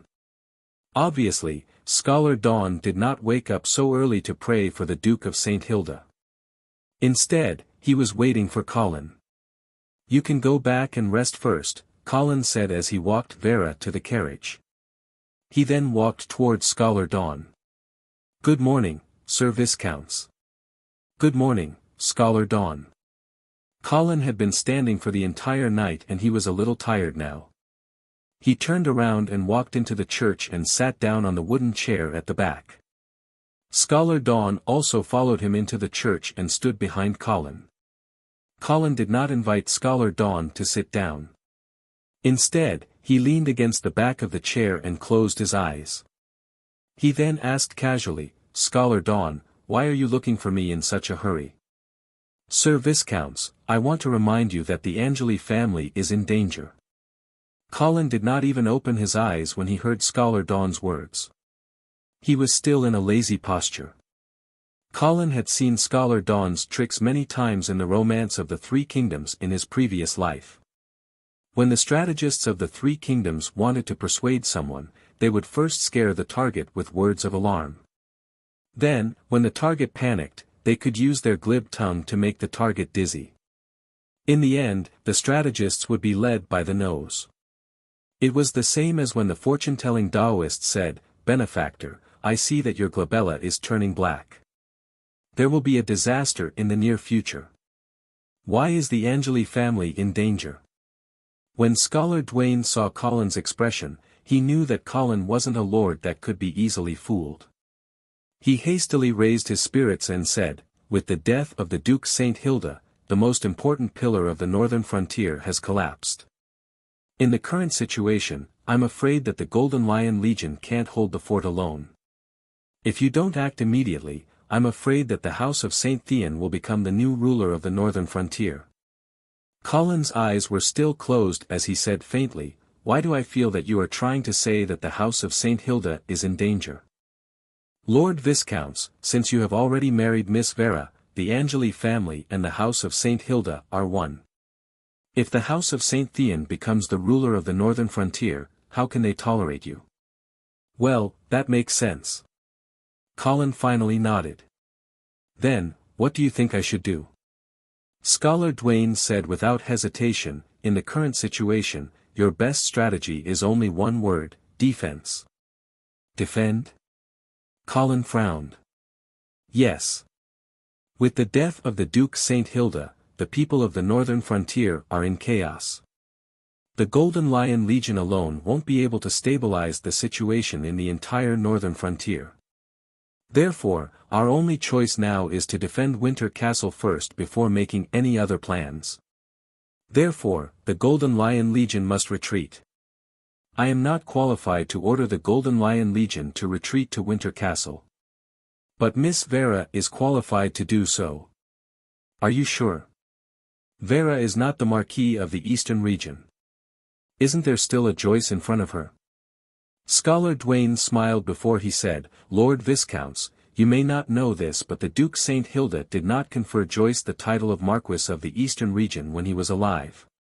Colin finally opened his eyes. He stared at Scholar Dwayne and said, "But Joyce is indeed ahead of Vera in the line of succession." The smile on Scholar Dwayne's face did not change at all as he said, "But Joyce is only a 10-year-old child after all. Don't you think it is a little inappropriate for him to inherit the position of the Dukes of the North?" Colin rolled his eyes before he continued asking, "So, do you support Vera to become the Dukes of the North?" The smile on Scholar Dwayne's face disappeared as he nodded solemnly. "Yes." Colin finally showed a sincere smile before he patted the chair beside him and said, "Have a seat." Scholar Dwayne did not stand on ceremony and sat down. At this time, the two of them finally had the foundation to cooperate. Colin's tone also softened a lot as he said, "Are you sure that the Golden Lion Legion will listen to Vera's orders? You should know that she is not the Dukes of the North now. Lord Viscounts, as long as Miss Vera appears in the camp of the Golden Lion Legion, I am confident that I can persuade Knight Nelson to retreat to Winter Castle." Knight Nelson was the commander of the Golden Lion Legion. He was also a knight of the House of St. Hilda and he only obeyed the orders of the Duke. Colin stared into Scholar Dwayne's eyes and when he saw the confident look on Scholar Dwayne's face, he believed his words for the time being. "What will happen after we retreat to Winter Castle?" "Winter Castle is indeed easy to defend and difficult to attack, but we can't just stay in the city forever. Will the other large territories on the northern frontier be given to the St. Theon family?" "Of course not." Scholar Dwayne continued to analyze the situation. "Lord Viscounts, this time, the St. Theon family is mainly relying on three forces to conquer the northern frontier. The Trolls, the Dwarves, and the Oman family. The Trolls have already been eliminated by you in advance, so you don't have to worry about them anymore. As for the Oman family, you don't have to worry too much either. This is because Earl Oman has the same cautious style as the Oman family. To put it bluntly, he lacks courage. During the chaos on the northern frontier last year, I have already seen through this person. He is just a fence-sitter who only cares about himself. He will side with whichever side is stronger. You don't have to worry about him working for the St. Theon family. As for the dwarves, they are mainly divided into two factions, the Dawson family and the Menham family.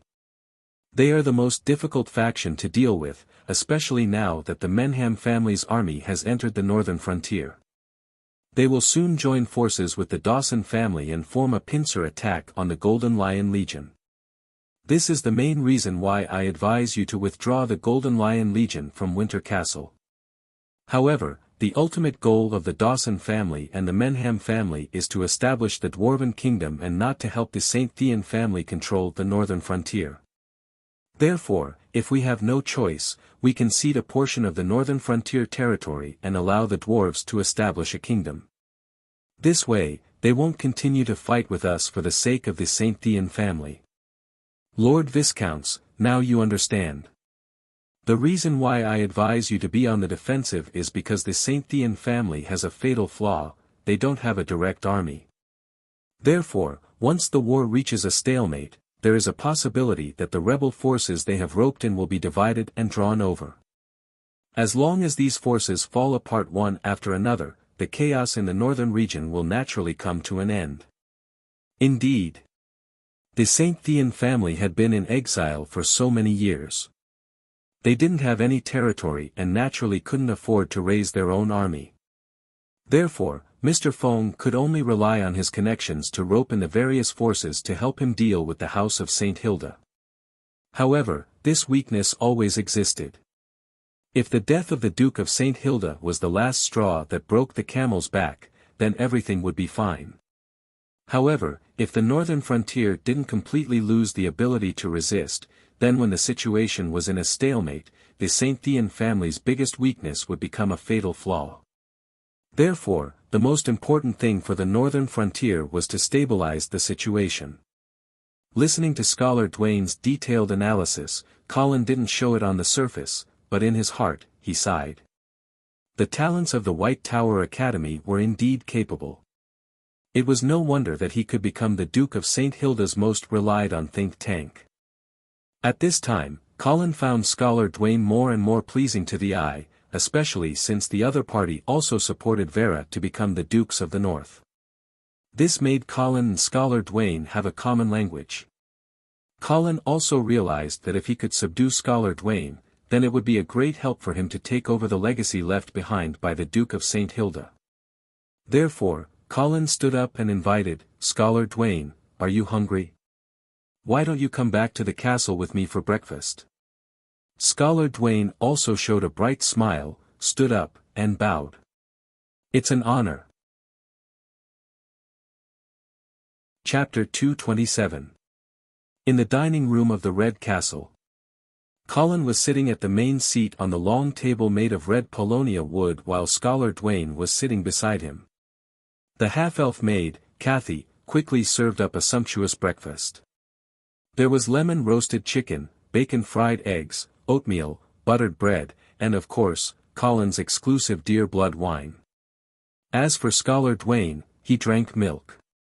After staying up all night, Colin's appetite was very good at this time. It did not take long for him to stuff all the food in front of him into his stomach.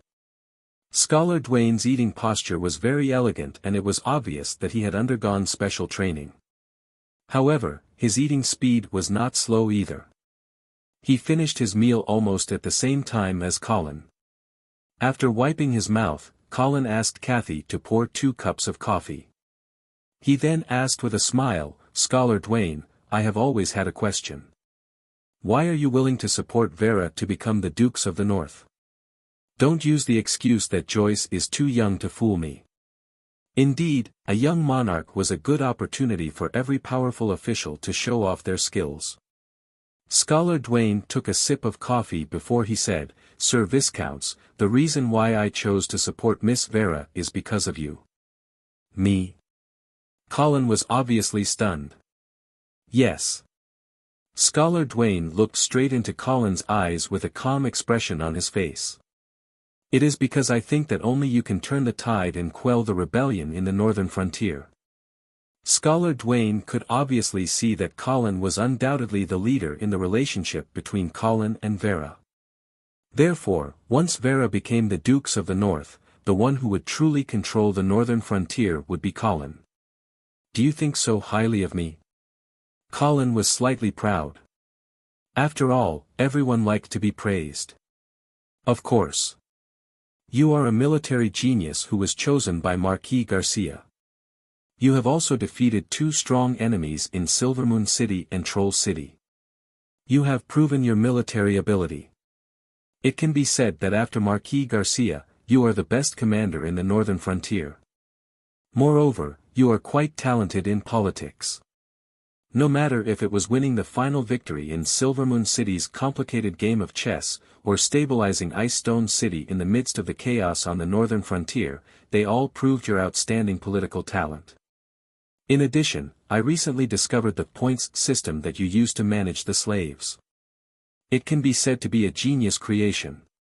Therefore, I firmly believe that the northern frontier will be revitalized under your governance. Colin was a little surprised.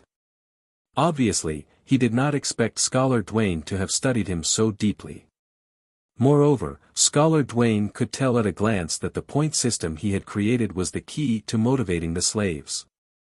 However, he did not want to appear too complacent. He quickly picked up the coffee and took a sip, then smiled reservedly and said, "I didn't expect Scholar Dwayne to pay so much attention to me and have so much confidence in me. However, not everyone supports me like you do, and not everyone wants to see Vera become the ruler of the northern frontier." Scholar Dwayne instantly understood what Colin meant and immediately replied, "Lord Viscounts, it is actually not difficult to let Miss Vera inherit the title of Duke." Colin's eyes lit up. He did not care about being reserved anymore and quickly asked, "How?" Scholar Dwayne smiled confidently, cleared his throat, and analyzed the situation. "Lord Viscounts, the ownership of the Dukes of the North mainly depends on three forces. First, of course, is the House of St. Hilda. To be more precise, it is the will of the previous Duke. However, the Duke has died suddenly and did not leave behind any will, let alone a clear successor. Therefore, there is no need to think too much about this aspect." Colin nodded in agreement. In fact, he was a little puzzled as to why the Duke of St. Hilda did not give the title of Marquis of the Eastern Frontier to his third son, Joyce, to determine his right of inheritance. However, since this matter was beneficial to Vera, Colin did not want to be entangled with the Duke of St. Hilda's real thoughts anymore. The second force, Scholar Dwayne continued, is the royal family of the Empire of Light. The Dukes of the North need to be conferred by the Emperor. Therefore, Vera must be recognized by Emperor Reinhardt. The third force is the Senate of the Empire. Although the Senate is full of old men who play with their birds and dogs all day long, they do not seem to care about anything. However, they also have the right to speak about the ownership of the Dukes of the North. If they unanimously oppose Vera, then even Emperor Reinhardt will not be able to ignore their influence. Colin's expression was a little dignified. He suddenly realized that he did not have any understanding of the above forces, let alone influence their decision. However, Scholar Dwayne's explanation had given him a direction, and he believed that there must be some ways to deal with it. After thinking for a moment, Colin asked seriously, "So, how can we make Emperor Reinhardt and the Senate agree that Vera should inherit the title of Dukes of the North?" Scholar Dwayne still had the same unhurried expression on his face as he said, "Let's talk about the Senate first. The Senate of the Empire is composed of 117 noble members. Although they do not have a title, they are very senior and have a wide range of connections. They have great influence in the upper class of the Empire. To be honest, I do not know what their attitude towards Vera is, and it is difficult to figure it out in a short period of time. However, it is difficult to make them like the same person at the same time, but it is easy to make them hate the same person at the same time." "Oh. What do you mean?" "Lord Viscounts, do you know Baron Heidegger?" "Of course, I know him. After all, he is the Prime Minister of the Empire," Colin said lightly. In fact, he felt a little guilty. After all, this was all he knew about Baron Heidegger. Scholar Dwayne did not know if he could see Colin's embarrassment, so he continued to explain in detail. Baron Heidegger was born in a civilian family. He was lucky enough to have the opportunity to study at the White Tower Academy. After graduation, he has been serving the San Lorenzo family. Although he was born in a humble family, Baron Heidegger was very talented. It only took him 13 years to become the Prime Minister of the Empire from a civilian. He has been in this position for more than 40 years. It can be said that he is the most irreplaceable old minister in the empire. When Emperor Reinhard first ascended the throne, he tried to give Baron Heidegger a title to show his favor and to win him over. However, this decision was strongly opposed by the Senate. The reason was very simple. Although Heidegger was the prime minister of the empire, he was still a civilian. According to the aristocratic law, he could not be given a title directly. The Senate hoped that Emperor Reinhard would choose a noble's daughter to marry Heidegger. They also promised that their descendants could receive a title. However, the prime minister would be nearly 70 years old at that time. Even if he married a noble, how could he have children? Moreover, Heidegger had never married in his life. It was said that he was not fond of women. At this point, scholar Duane's expression was a little strange. Seeing this, Colin's imagination immediately ran wild about the prime minister's sexual orientation. In short, the emperor and the Senate fell out over the matter of Heidegger being given a title. In the end, after a fierce struggle and a series of concessions, the Senate reluctantly agreed. However, the emperor also made a great compromise. The prime minister only received the lowest title of baron. Moreover, this title was lifelong and could not be inherited. It was also a title without any territory. Although there were various restrictions, Heidegger was still the first civilian to be given a title. This was a great honor for him. Unfortunately, the resistance shown by the Senate during this process and the various restrictions placed on the title of baron angered the arrogant Heidegger. He even publicly declared that, "I would rather be a free civilian than a noble with my hands and feet tied." Although Heidegger finally accepted the title under the emperor's persuasion, he had already formed a grudge with the Senate. After that, the prime minister took advantage of his position to pass several bills that limited the power of the Senate. This also deepened the hatred between the two sides. Therefore, if you want the Senate to support Miss Vera, then you do not need to figure out the attitude of hundreds of members of the Senate. You only need to ask Baron Heidegger to support Mr. Joyce. As long as Baron Heidegger supports Mr. Joyce, the Senate will definitely oppose it. So, how can I get Baron Heidegger to support Mr. Joyce? Colin's heart gradually became excited. "You can leave this to me," Scholar Duane said confidently. "I have some friendship with Baron Heidegger, and I am confident that I can ask him to express his support for Mr. Joyce in public." Colin realized that both of them were from the White Tower Academy. Therefore, it was normal for them to have some connections. Okay. Then, there is only one last problem left. How can I get Emperor Reinhard to agree to let Vera inherit the position of the Dukes of the North? Chapter 228. Tap, tap, tap, Kathy tiptoed into the dining room and refilled the glasses of the two people who were talking. Then, she tiptoed away. After the door was closed again, Scholar Duane said, "Sir Viscounts, between Miss Vera and Mr. Joyce, Emperor Reinhard would definitely side with Miss Vera." "Oh. Why?" Colin's heart skipped a beat, and he quickly asked. Scholar Duane took a sip of his coffee before he replied calmly. "Sir Viscounts, do you know why the San Lorenzo family allowed the St. Thean family to usurp the northern frontier this time? They even secretly ordered the Menham family to send troops to attack the Golden Lion Legion. I think they want to use this opportunity to divide the northern frontier," Colin said in an uncertain tone. "The Menham family and the Dawson family do want to establish a kingdom of dwarves, and this move will divide the northern frontier.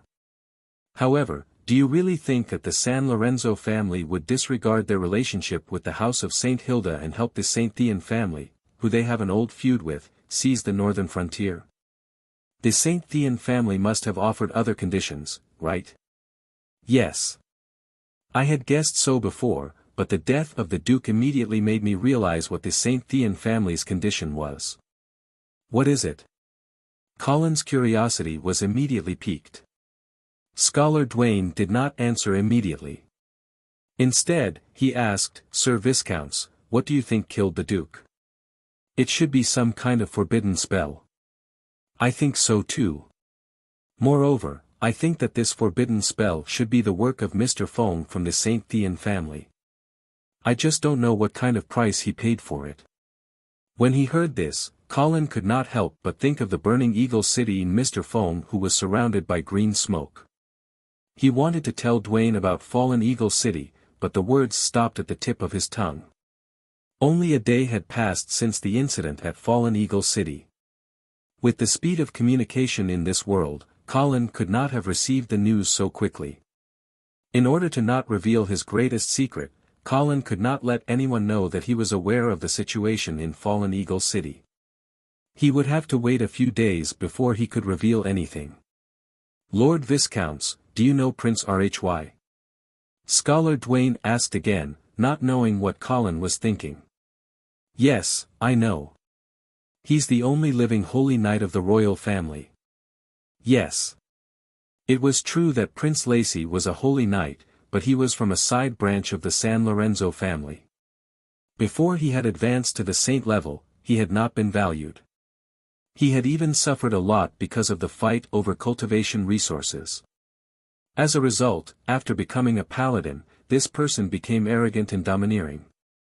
He was extremely greedy for power and profit, and he was not very respectful to the direct descendants of San Lorenzo. Therefore, Emperor Reinhardt relied heavily on this person, but he was also afraid of him. I feel that the latter was more likely. However, with Prince Rhy's strength, he was destined to be undefeatable. Even Emperor Reinhardt could only swallow his anger in front of him.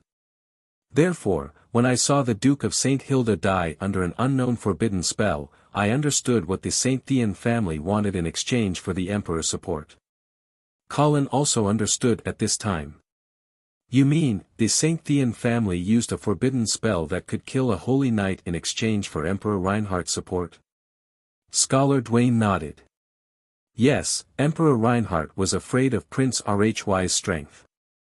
If the St. Thean family gave him a forbidden spell that could kill a holy knight, Emperor Reinhardt would definitely be tempted. Colin nodded involuntarily, agreeing with this guess.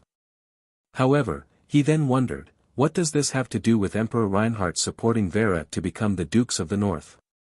Scholar Duane smiled and continued to explain. I think that Emperor Reinhardt did not want to kill Prince Rhy. The House of San Lorenzo needed such a banner, and they also needed a paladin to intimidate everyone. However, the Emperor did not want this sword to hurt him, so he needed something that could keep the paladin in check. That was the forbidden spell of the House of San Thean. However, in order to release this forbidden spell, Emperor Reinhardt needed the help of a mage. However, the hatred between the nobles of the empire and the mage parliament was too deep. Therefore, Emperor Reinhardt did not dare to rope in Yule. Therefore, he needed a mage to partner. Colin immediately understood when he heard this. Mr. Fa was such a partner, but Vera could also be his partner. She was a descendant of the Holy Knight family and a mage. She was even more suitable than Mr. Fa to be Emperor Reinhardt's partner.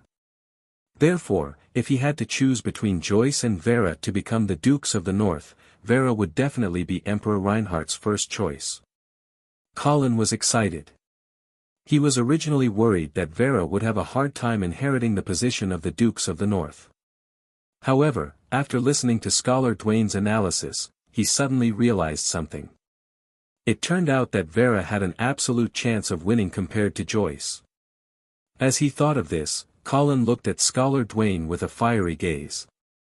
Scholar Duane was indeed a rare talent.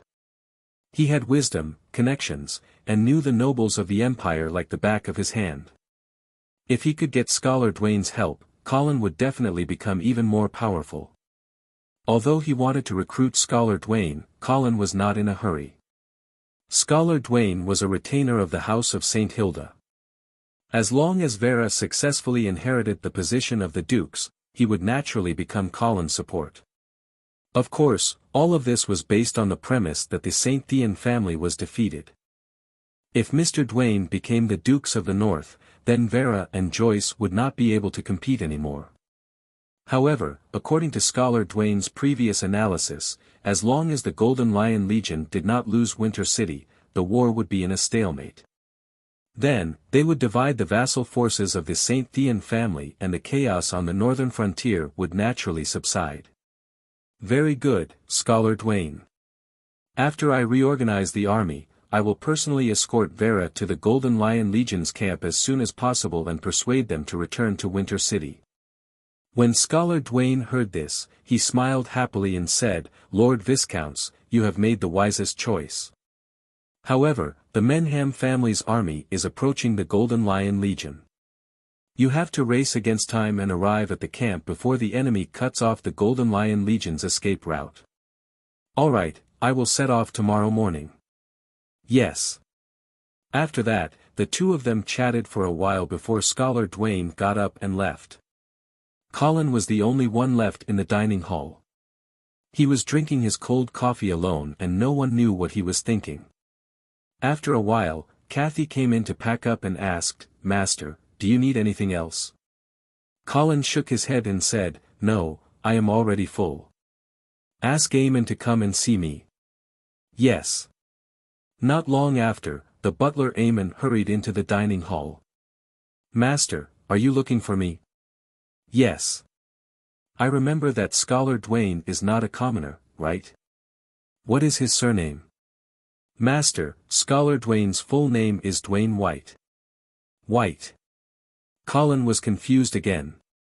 Is this a family from the northern frontier?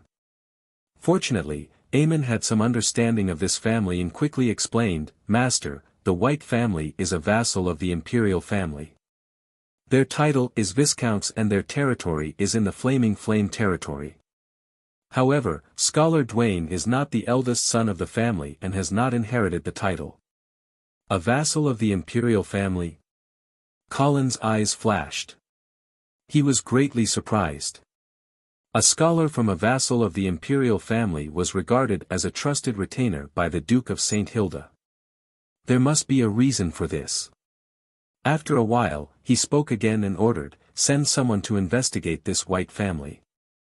I need more detailed information. Yes, Master. Also, inform Knight Roger to gather 1,000 black cavalry soldiers. They will set off with me tomorrow morning. Yes. Chapter 229. The sunset glow in the sky heralded another fine day. Clop clop clop, amidst the rapid sound of hooves, a rider galloped towards the north. The rider was in a sorry state, his hair fluttering in the wind. His originally luxurious clothes were tattered in several places, and he was covered in blood. It was obvious that he had just experienced a great battle. This was Viscount Lawrence, who had escaped from the Oman family's camp. He held a blood-stained sword in his hand, but he had already used it as a whip. He kept slapping the horses but, urging it to gallop forward. Behind him, there was a column of smoke rising. Dozens of figures galloping on horseback were following closely behind him, waving their swords and bows. This chase had gone on for an entire day, and Viscount Lawrence felt that he was reaching his limit. But he did not dare to stop. Because from the previous few short exchanges, he could clearly feel that the pursuers really wanted to kill him. His mother was most likely dead. In fact, Count Oman should already know that he wasn't his biological son. Viscount Lawrence's heart was filled with deep regret. If he had known this, he would not have acted on his own and tried to assassinate Count Oman with his mother. He should have waited for his father to arrange it. But then, he shook his head fiercely, throwing this thought out of his mind. He could not wait for his father to arrange everything. Viscount Lawrence knew that his real father, Mr. Oman, had more than one son. Although those were all illegitimate children, he was not his father's son. Furthermore, even if his father were to become the new Duke of the Northern region, he would never be able to marry his own sister, Penny. Incest was a taboo love in this world and was not recognized by the world. Therefore, if those illegitimate children had a slim chance of becoming official, then Lawrence was destined to never become the son of the first wife. Of course, Lawrence knew that his father and mother had agreed that he would become Mr. Oman's adopted son, and change his surname to St. Sean. But what if Mr. Oman had a son of his own? Mr. Oman had not married yet, but what about after he became the Dukes of the North? Could it be that he would never marry? This sense of danger made Lawrence and Penny decide to take the risk of assassinating Earl Oman, and then take control of the Oman family's army. In this way, with an army in his hands, he would have a bargaining chip. Thus, the mother and son gained some confidence. But who would have thought, I screwed up? All sorts of complicated emotions churned in Lawrence's heart. He was so distracted that he didn't notice that the warhorse beneath him was about to die. White foam was already coming out of the horse's mouth. It was obvious that it could collapse at any time. In the blink of an eye, another 6 to 7 miles had passed. Viscount Lawrence's warhorse was already sweating profusely. Traces of blood seeped out of the white foam at the corners of its mouth. Sure enough, in the next second, the warhorse staggered and rolled on the ground. The crisp sound of bones breaking was particularly ear-piercing. Viscount Lawrence was immediately flung away, his heart filled with shock. Fortunately, as a third-grade knight, his physical fitness was far superior to that of an ordinary person. While he was in the air, he forcefully curled his body into a ball. When he landed, he rolled a few times, and then he leaped up vigorously. Viscount Lawrence panted a few times.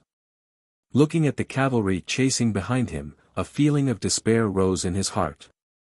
But very quickly, he shook his head and suppressed these emotions. A ferocious look appeared in his eyes. Viscount Lawrence gripped his sword with both hands and bent his knees slightly, preparing for battle. Since he had failed, he could only bear the consequences. Viscount Lawrence threw away all useless emotions and focused on the approaching cavalry. Ta-ta-ta, the sound of horse hooves became heavier and heavier, and the ground shook more and more violently. Come! The house of St. Thean will never yield. Lawrence roared, his ferocious expression like a tiger in a desperate situation. The cavalry's faces could be seen clearly. They all raised the swords in their hands. The cold glint of their swords was like a forest of steel as they charged towards Lawrence. He was getting closer and closer. Lawrence took a deep breath and prepared for the impending collision. Time seemed to slow down, and the air seemed to be scorching hot. No, it wasn't as if. The air was really hot. In a short moment, Lawrence felt a wave of heat coming towards him, as if he was facing a large furnace. Boom! Just as he was puzzled, a wall of fire suddenly stood in front of him. The air was so hot that it seemed to be suffocating. Nay, the pursuers were terrified. They frantically tried to control their horses, trying to stop in front of the wall of fire. However, how could the charging horses stop in such a short time? Like moths to a flame, most of the pursuers rushed into the wall of fire one after another due to inertia. The raging flames seemed to have a strange magic, turning them into ashes in an instant.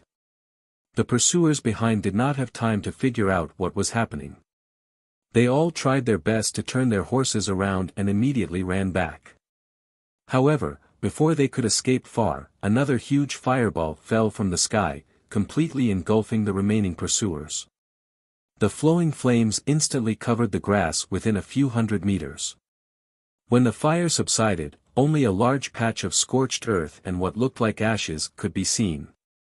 As the gentle night breeze blew, the ashes that danced in the air were like specks of starlight. There was a strange and cruel beauty to it.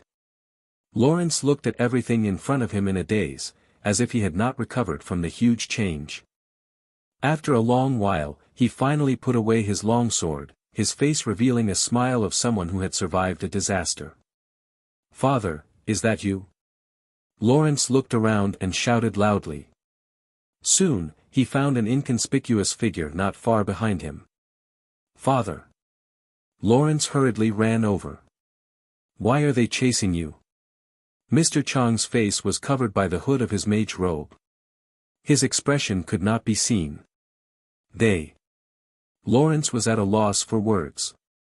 After hesitating for a moment, he told Mr. Chong everything that he and his mother had done. After Mr. Chong heard this, he did not move for a long time. The sun gradually set, leaving only a bit of afterglow to illuminate the world. The footsteps of darkness were unstoppable, about to rule this land. The night breeze was slightly cold, but Lawrence's heart was even colder. Mr. Chang's silence was slowly eroding his faith, causing him to slide into the abyss of despair. But just as the darkness was about to completely engulf Lawrence, a ray of light suddenly illuminated his world. He heard Mr. Chong say, "I understand." His tone was extremely calm, as if he did not care about the trouble that Lawrence had caused. Lawrence's heart was uneasy as he asked tentatively, "Father, then what should we do now?" Mr. Chong suddenly raised his head, the wide hood slipping back to reveal his face. What kind of face was that?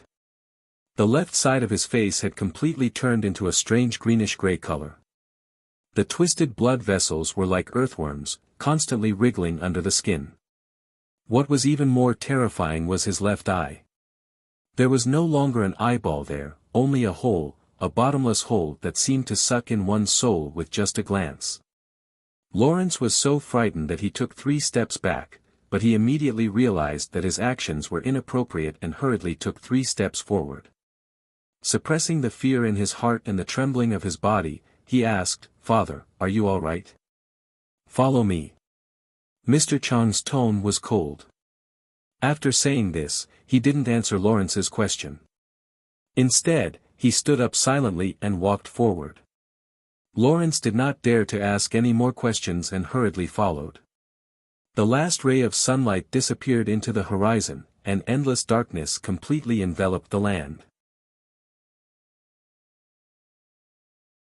Chapter 230. The warm morning light shone through the treetops, leaving behind mottled shadows on the grass. Lawrence woke up amidst the crisp chirping of birds. After getting up from the ground, he immediately looked around. Only when he saw the thin figure shrouded in mage robes not far away did he relax. Lawrence walked over and said softly, "Good morning, Father." Mr. Chong did not turn around, only focusing on writing something down. Lawrence felt a little awkward, but he did not dare to disturb him too much. He quietly retreated, preparing to find some prey for breakfast. In the morning, the air in the forest was especially fresh, and there was still a bit of dew on the leaves. Lawrence found the tracks left behind by a few wild hares and immediately chased after them. But before he could go far, he saw a flock of startled birds flapping their wings as they flew out of the forest. Someone was coming. Lawrence immediately broke into a run. When he saw Mr. Chang's figure again, he immediately shouted, "Father! Someone's coming. I'm afraid it's the Oman families pursuing troops." Mr. Chong did not seem to hear the shouts behind him, continuing to write and draw on the parchment scroll. Lawrence ran to Mr. Chong and reminded him again, but Mr. Chong still did not move. This time, Lawrence was at a loss. Just as he did not know what to do, the surrounding bushes rustled, and soon, a group of fully armed soldiers surrounded them. Lawrence held his sword with both hands, nervously looking around. Mr. Chong was still engrossed in writing, as if the outside world had nothing to do with him. The surrounding soldiers got into formation, but did not move forward. Just as Lawrence was puzzled, he saw a knight step out from the crowd. He dismounted and took off his helmet, revealing an expressionless face. It was Count Oman. Lawrence's heart skipped a beat, and he cursed inwardly. Count Oman's appearance meant that the army was nearby. This also meant that they would not be able to escape. Even if Mr. Chong was a powerful 6th-level mage, he would not be able to escape the encirclement of tens of thousands of soldiers. Under Lawrence's despairing gaze, Count Oman slowly walked towards them alone.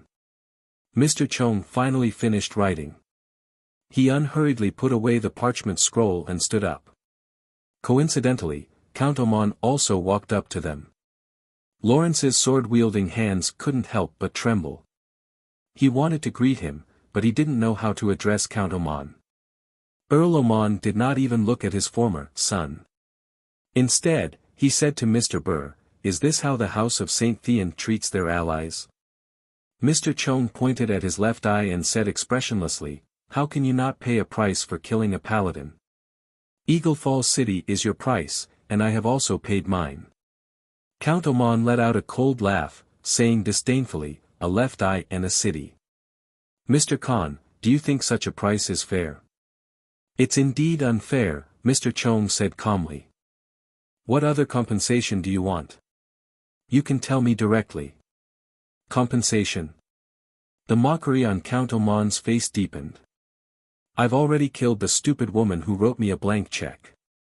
Don't forget, you're still not the lord of the northern frontier, so don't think of compensating me with something you don't have."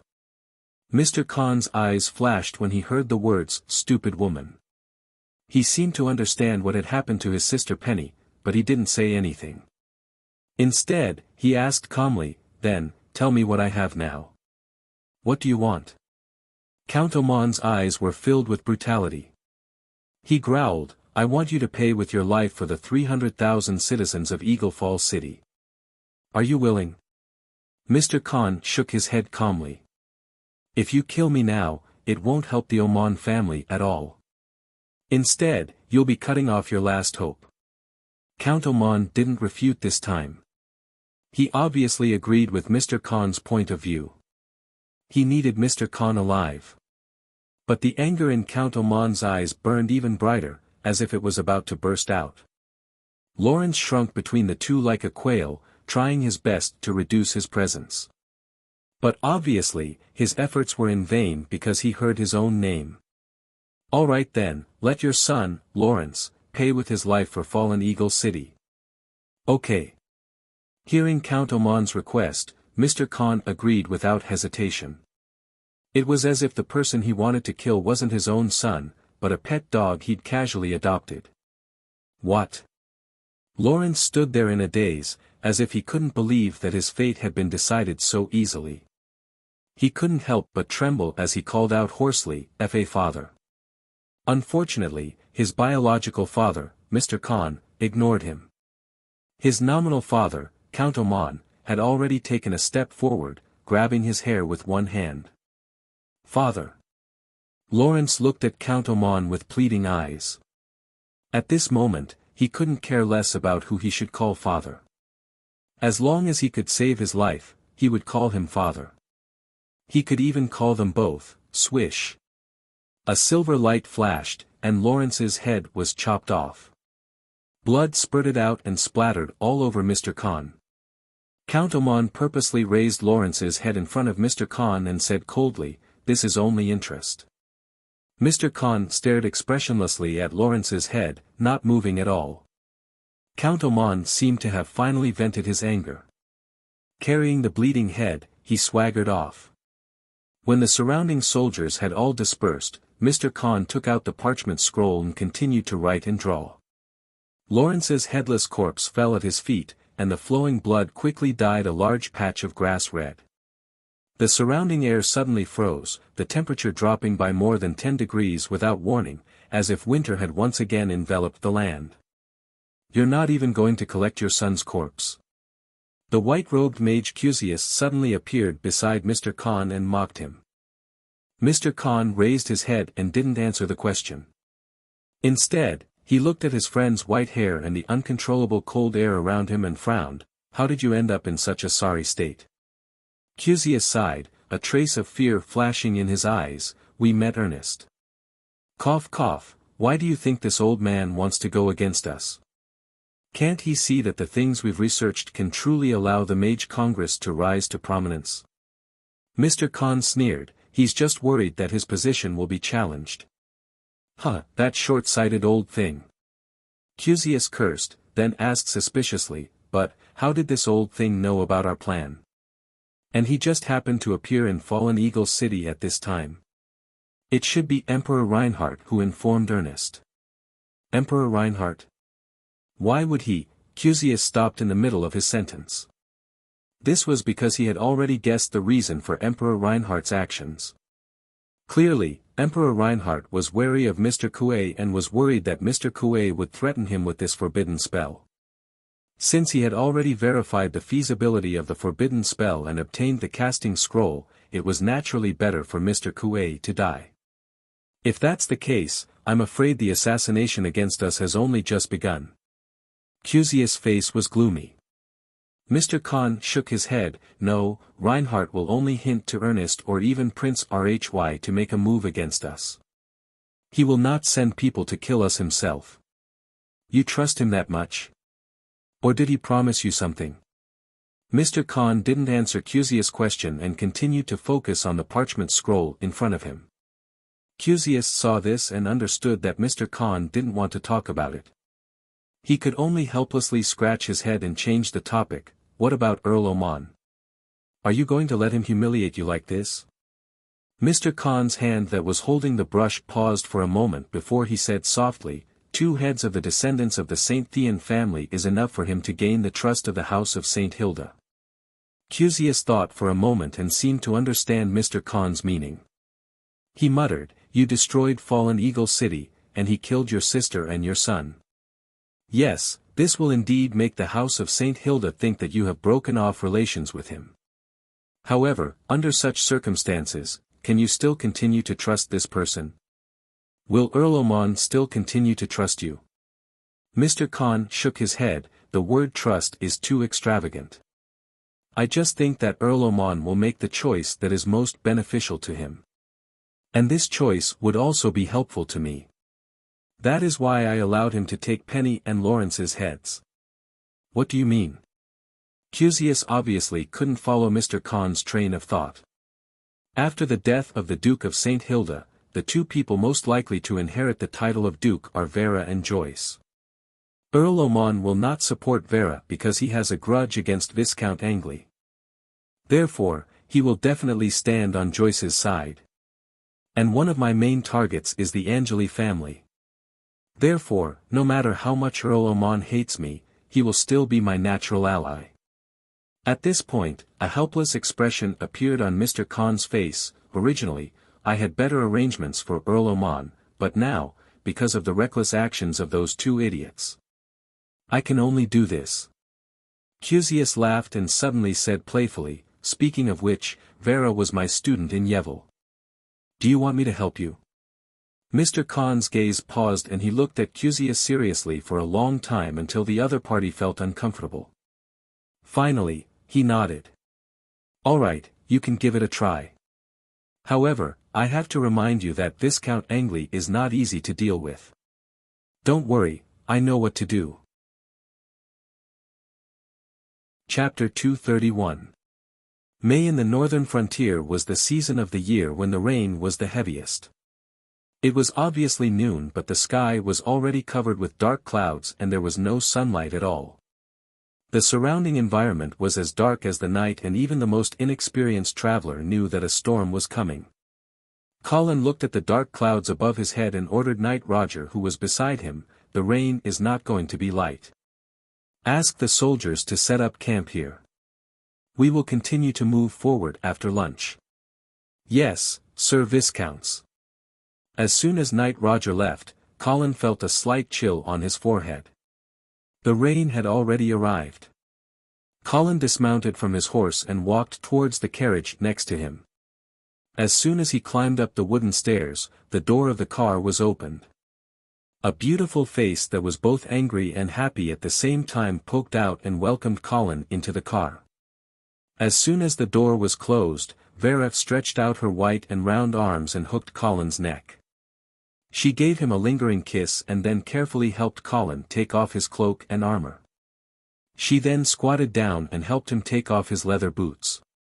Enjoying the gentleness of his newly married wife, Colin smiled and said, "The storm is coming. I am afraid that we will have to wait here for a while before we leave." "Well, okay." Vera nodded obediently. She suddenly thought of something and her ears suddenly turned red. It was raining heavily outside the carriage, but it was warm and peaceful inside the carriage. Vera was only wearing a knee-length sleeveless silk nightgown. Her smooth and straight legs were exposed under the nightgown, and she was not wearing any shoes on her feet. She was stepping on the white cashmere carpet. Her golden hair was casually draped over her shoulders, revealing her white and slender neck. Because she was squatting down, her round buttocks were full and attractive.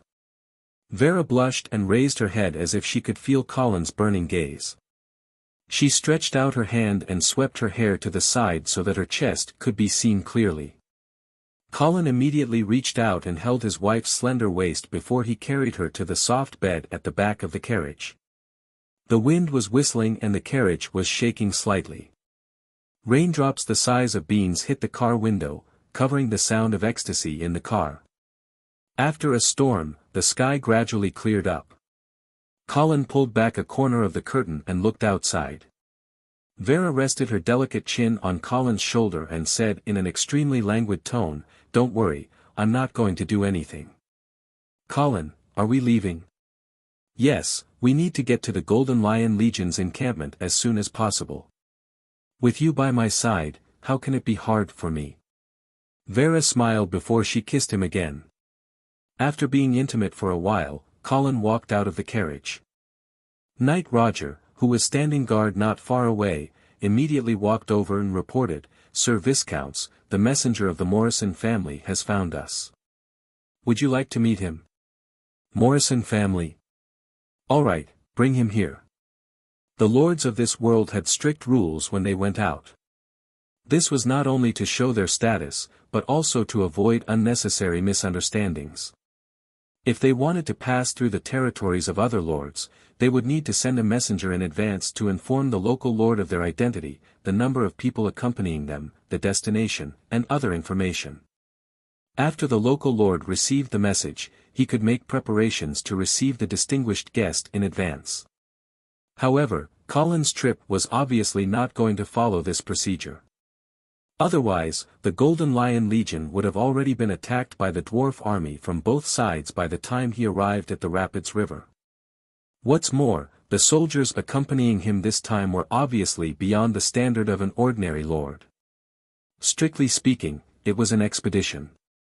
It was reasonable to say that such a troop movement must be approved by the lord of the northern frontier before the other lords along the way would let them go. However, under the current situation, the northern frontier was already a mess. The dukes of the north were already dead. Therefore, Colin did not care about this rule and did not inform the local lords along the way. Although their whereabouts would be discovered by the patrolling sentries, in the face of the Black Cavalry's flag, these sentries did not dare to step forward to stop them. Of course, the lords along the way who received the news would definitely not invite an uninvited guest like Colin into the castle. Therefore, this Count Morrison was the first lord to send an invitation to Colin. "Respected Viscounts, welcome to the Morrison domain. The Count has ordered me to come and invite you and your wife to the Phoenix Butterfly Castle as guests." After the messenger of the Morrison family finished speaking, he respectfully handed over an invitation. Colin took it and glanced at it. He was a little hesitant. He did not want to waste time along the way, but facing the Morrison family who took the initiative to invite him, he felt that it was inappropriate to directly refuse. First of all, this was a count's family and had enough value to win them over. Secondly, the current Count Morrison had dealt with Colin before, and Colin had a good impression of him. Moreover, the Morrison family was a loyal follower of the House of St. Hilda. Perhaps he could gain a powerful ally in this trip to the Phoenix Butterfly Castle. Moreover, after this storm, the ground was slippery, and the cavalry could not advance at full speed. It would be better to go to the Phoenix Butterfly Castle to rest for the night and set off the next day. Thinking of this, Colin nodded and accepted the other party's invitation. "It is my honor to be a guest of the Morrison family." Under Colin's command, the Black Cavalry started to turn. After traveling for about half an hour, they saw the outline of a city. That was the Flower Talk city under the rule of the Morrison family. This city had been run by the Morrison family for more than 300 years. After several renovations and expansions, it had already become one of the largest cities in the central part of the northern frontier. Flower Talk City was famous for its flowers, especially the unique black tulips here, which had once set off a craze in the Radiance Empire. At the craziest time, the price of a black tulip was enough to equip a company of 100 soldiers. However, this craze also put the Morrison family on the cusp of the storm. Countless greedy and covetous eyes made this family, which was not known for its military strength, almost suffer a disaster. Fortunately, Earl Morrison was sober enough at that time, and he immediately publicized the cultivation method of the black tulip, which made the price of the black tulip plummet. Although the Morrison family lost a money tree because of this, they also avoided the danger of being overthrown. Scholar Dwayne, who was riding beside Colin, suddenly smiled and said, "Sir Viscounts, do you know? Earl Morrison also once asked the Duke of St. Hilda to marry Miss Vera." Oh! Colin was stunned. Then, the reason why the Duke did not send me a marriage proposal was because he was hesitant between me and Earl Morrison. Scholar Dwayne shrugged, "I don't know about this. Sometimes, I can't understand the Duke's thoughts. However, I guess that Earl Morrison will definitely ask Miss Vera for help later." Help with what? Colin suddenly became vigilant. Help him marry a daughter of the House of St. Hilda. Of course, there is no daughter of the House of St. Hilda, but there are still collateral descendants. Colin was relieved and smiled. This should not be a big problem. At this time, the curtain of the carriage was also lifted, and Vera poked her head out and explained softly. "Colin, the Morrison family has always liked to marry the House of St. Hilda.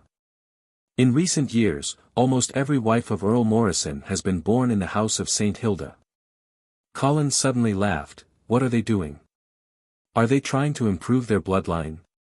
Scholar Dwayne's eyes flashed. "Yes. Who doesn't want to give birth to a paladin in their family? However, it seems that no one has ever succeeded in improving their bloodline by marrying a noble daughter of a paladin family. More than 1,000 years have passed, and the number of paladin families in the Empire of Light has only decreased. Therefore, most families have now given up this extravagant hope, and the daughter of a paladin family is not as popular as before. However, this Morrison family seems to have not given up yet. Maybe they think that a noble bloodline can be artificially cultivated like a precious tulip." Colin looked at the smile on Scholar Dwayne's face and suddenly became interested. What kind of secret was hidden in the paladin bloodline? And what exactly had the Morrison family researched? While they were talking, Floral City was already in front of them. Earl Morrison, who was dressed in splendid clothes, was standing in front of the city gate. When he saw Colin and the others, he immediately stepped forward and greeted them. "Honorable Viscount Angley, Madam Viscounts, welcome to Floral City. You're tuning into the Han Lee's Wuxia Adventures YouTube channel. We're so grateful for your support, and don't forget to subscribe to join us on this incredible journey through captivating stories. Your generosity through donations truly makes a world of difference, as it's the primary source of revenue that allows me to expand and enhance this channel for you. Thank you from the bottom of my heart for being a part of this adventure.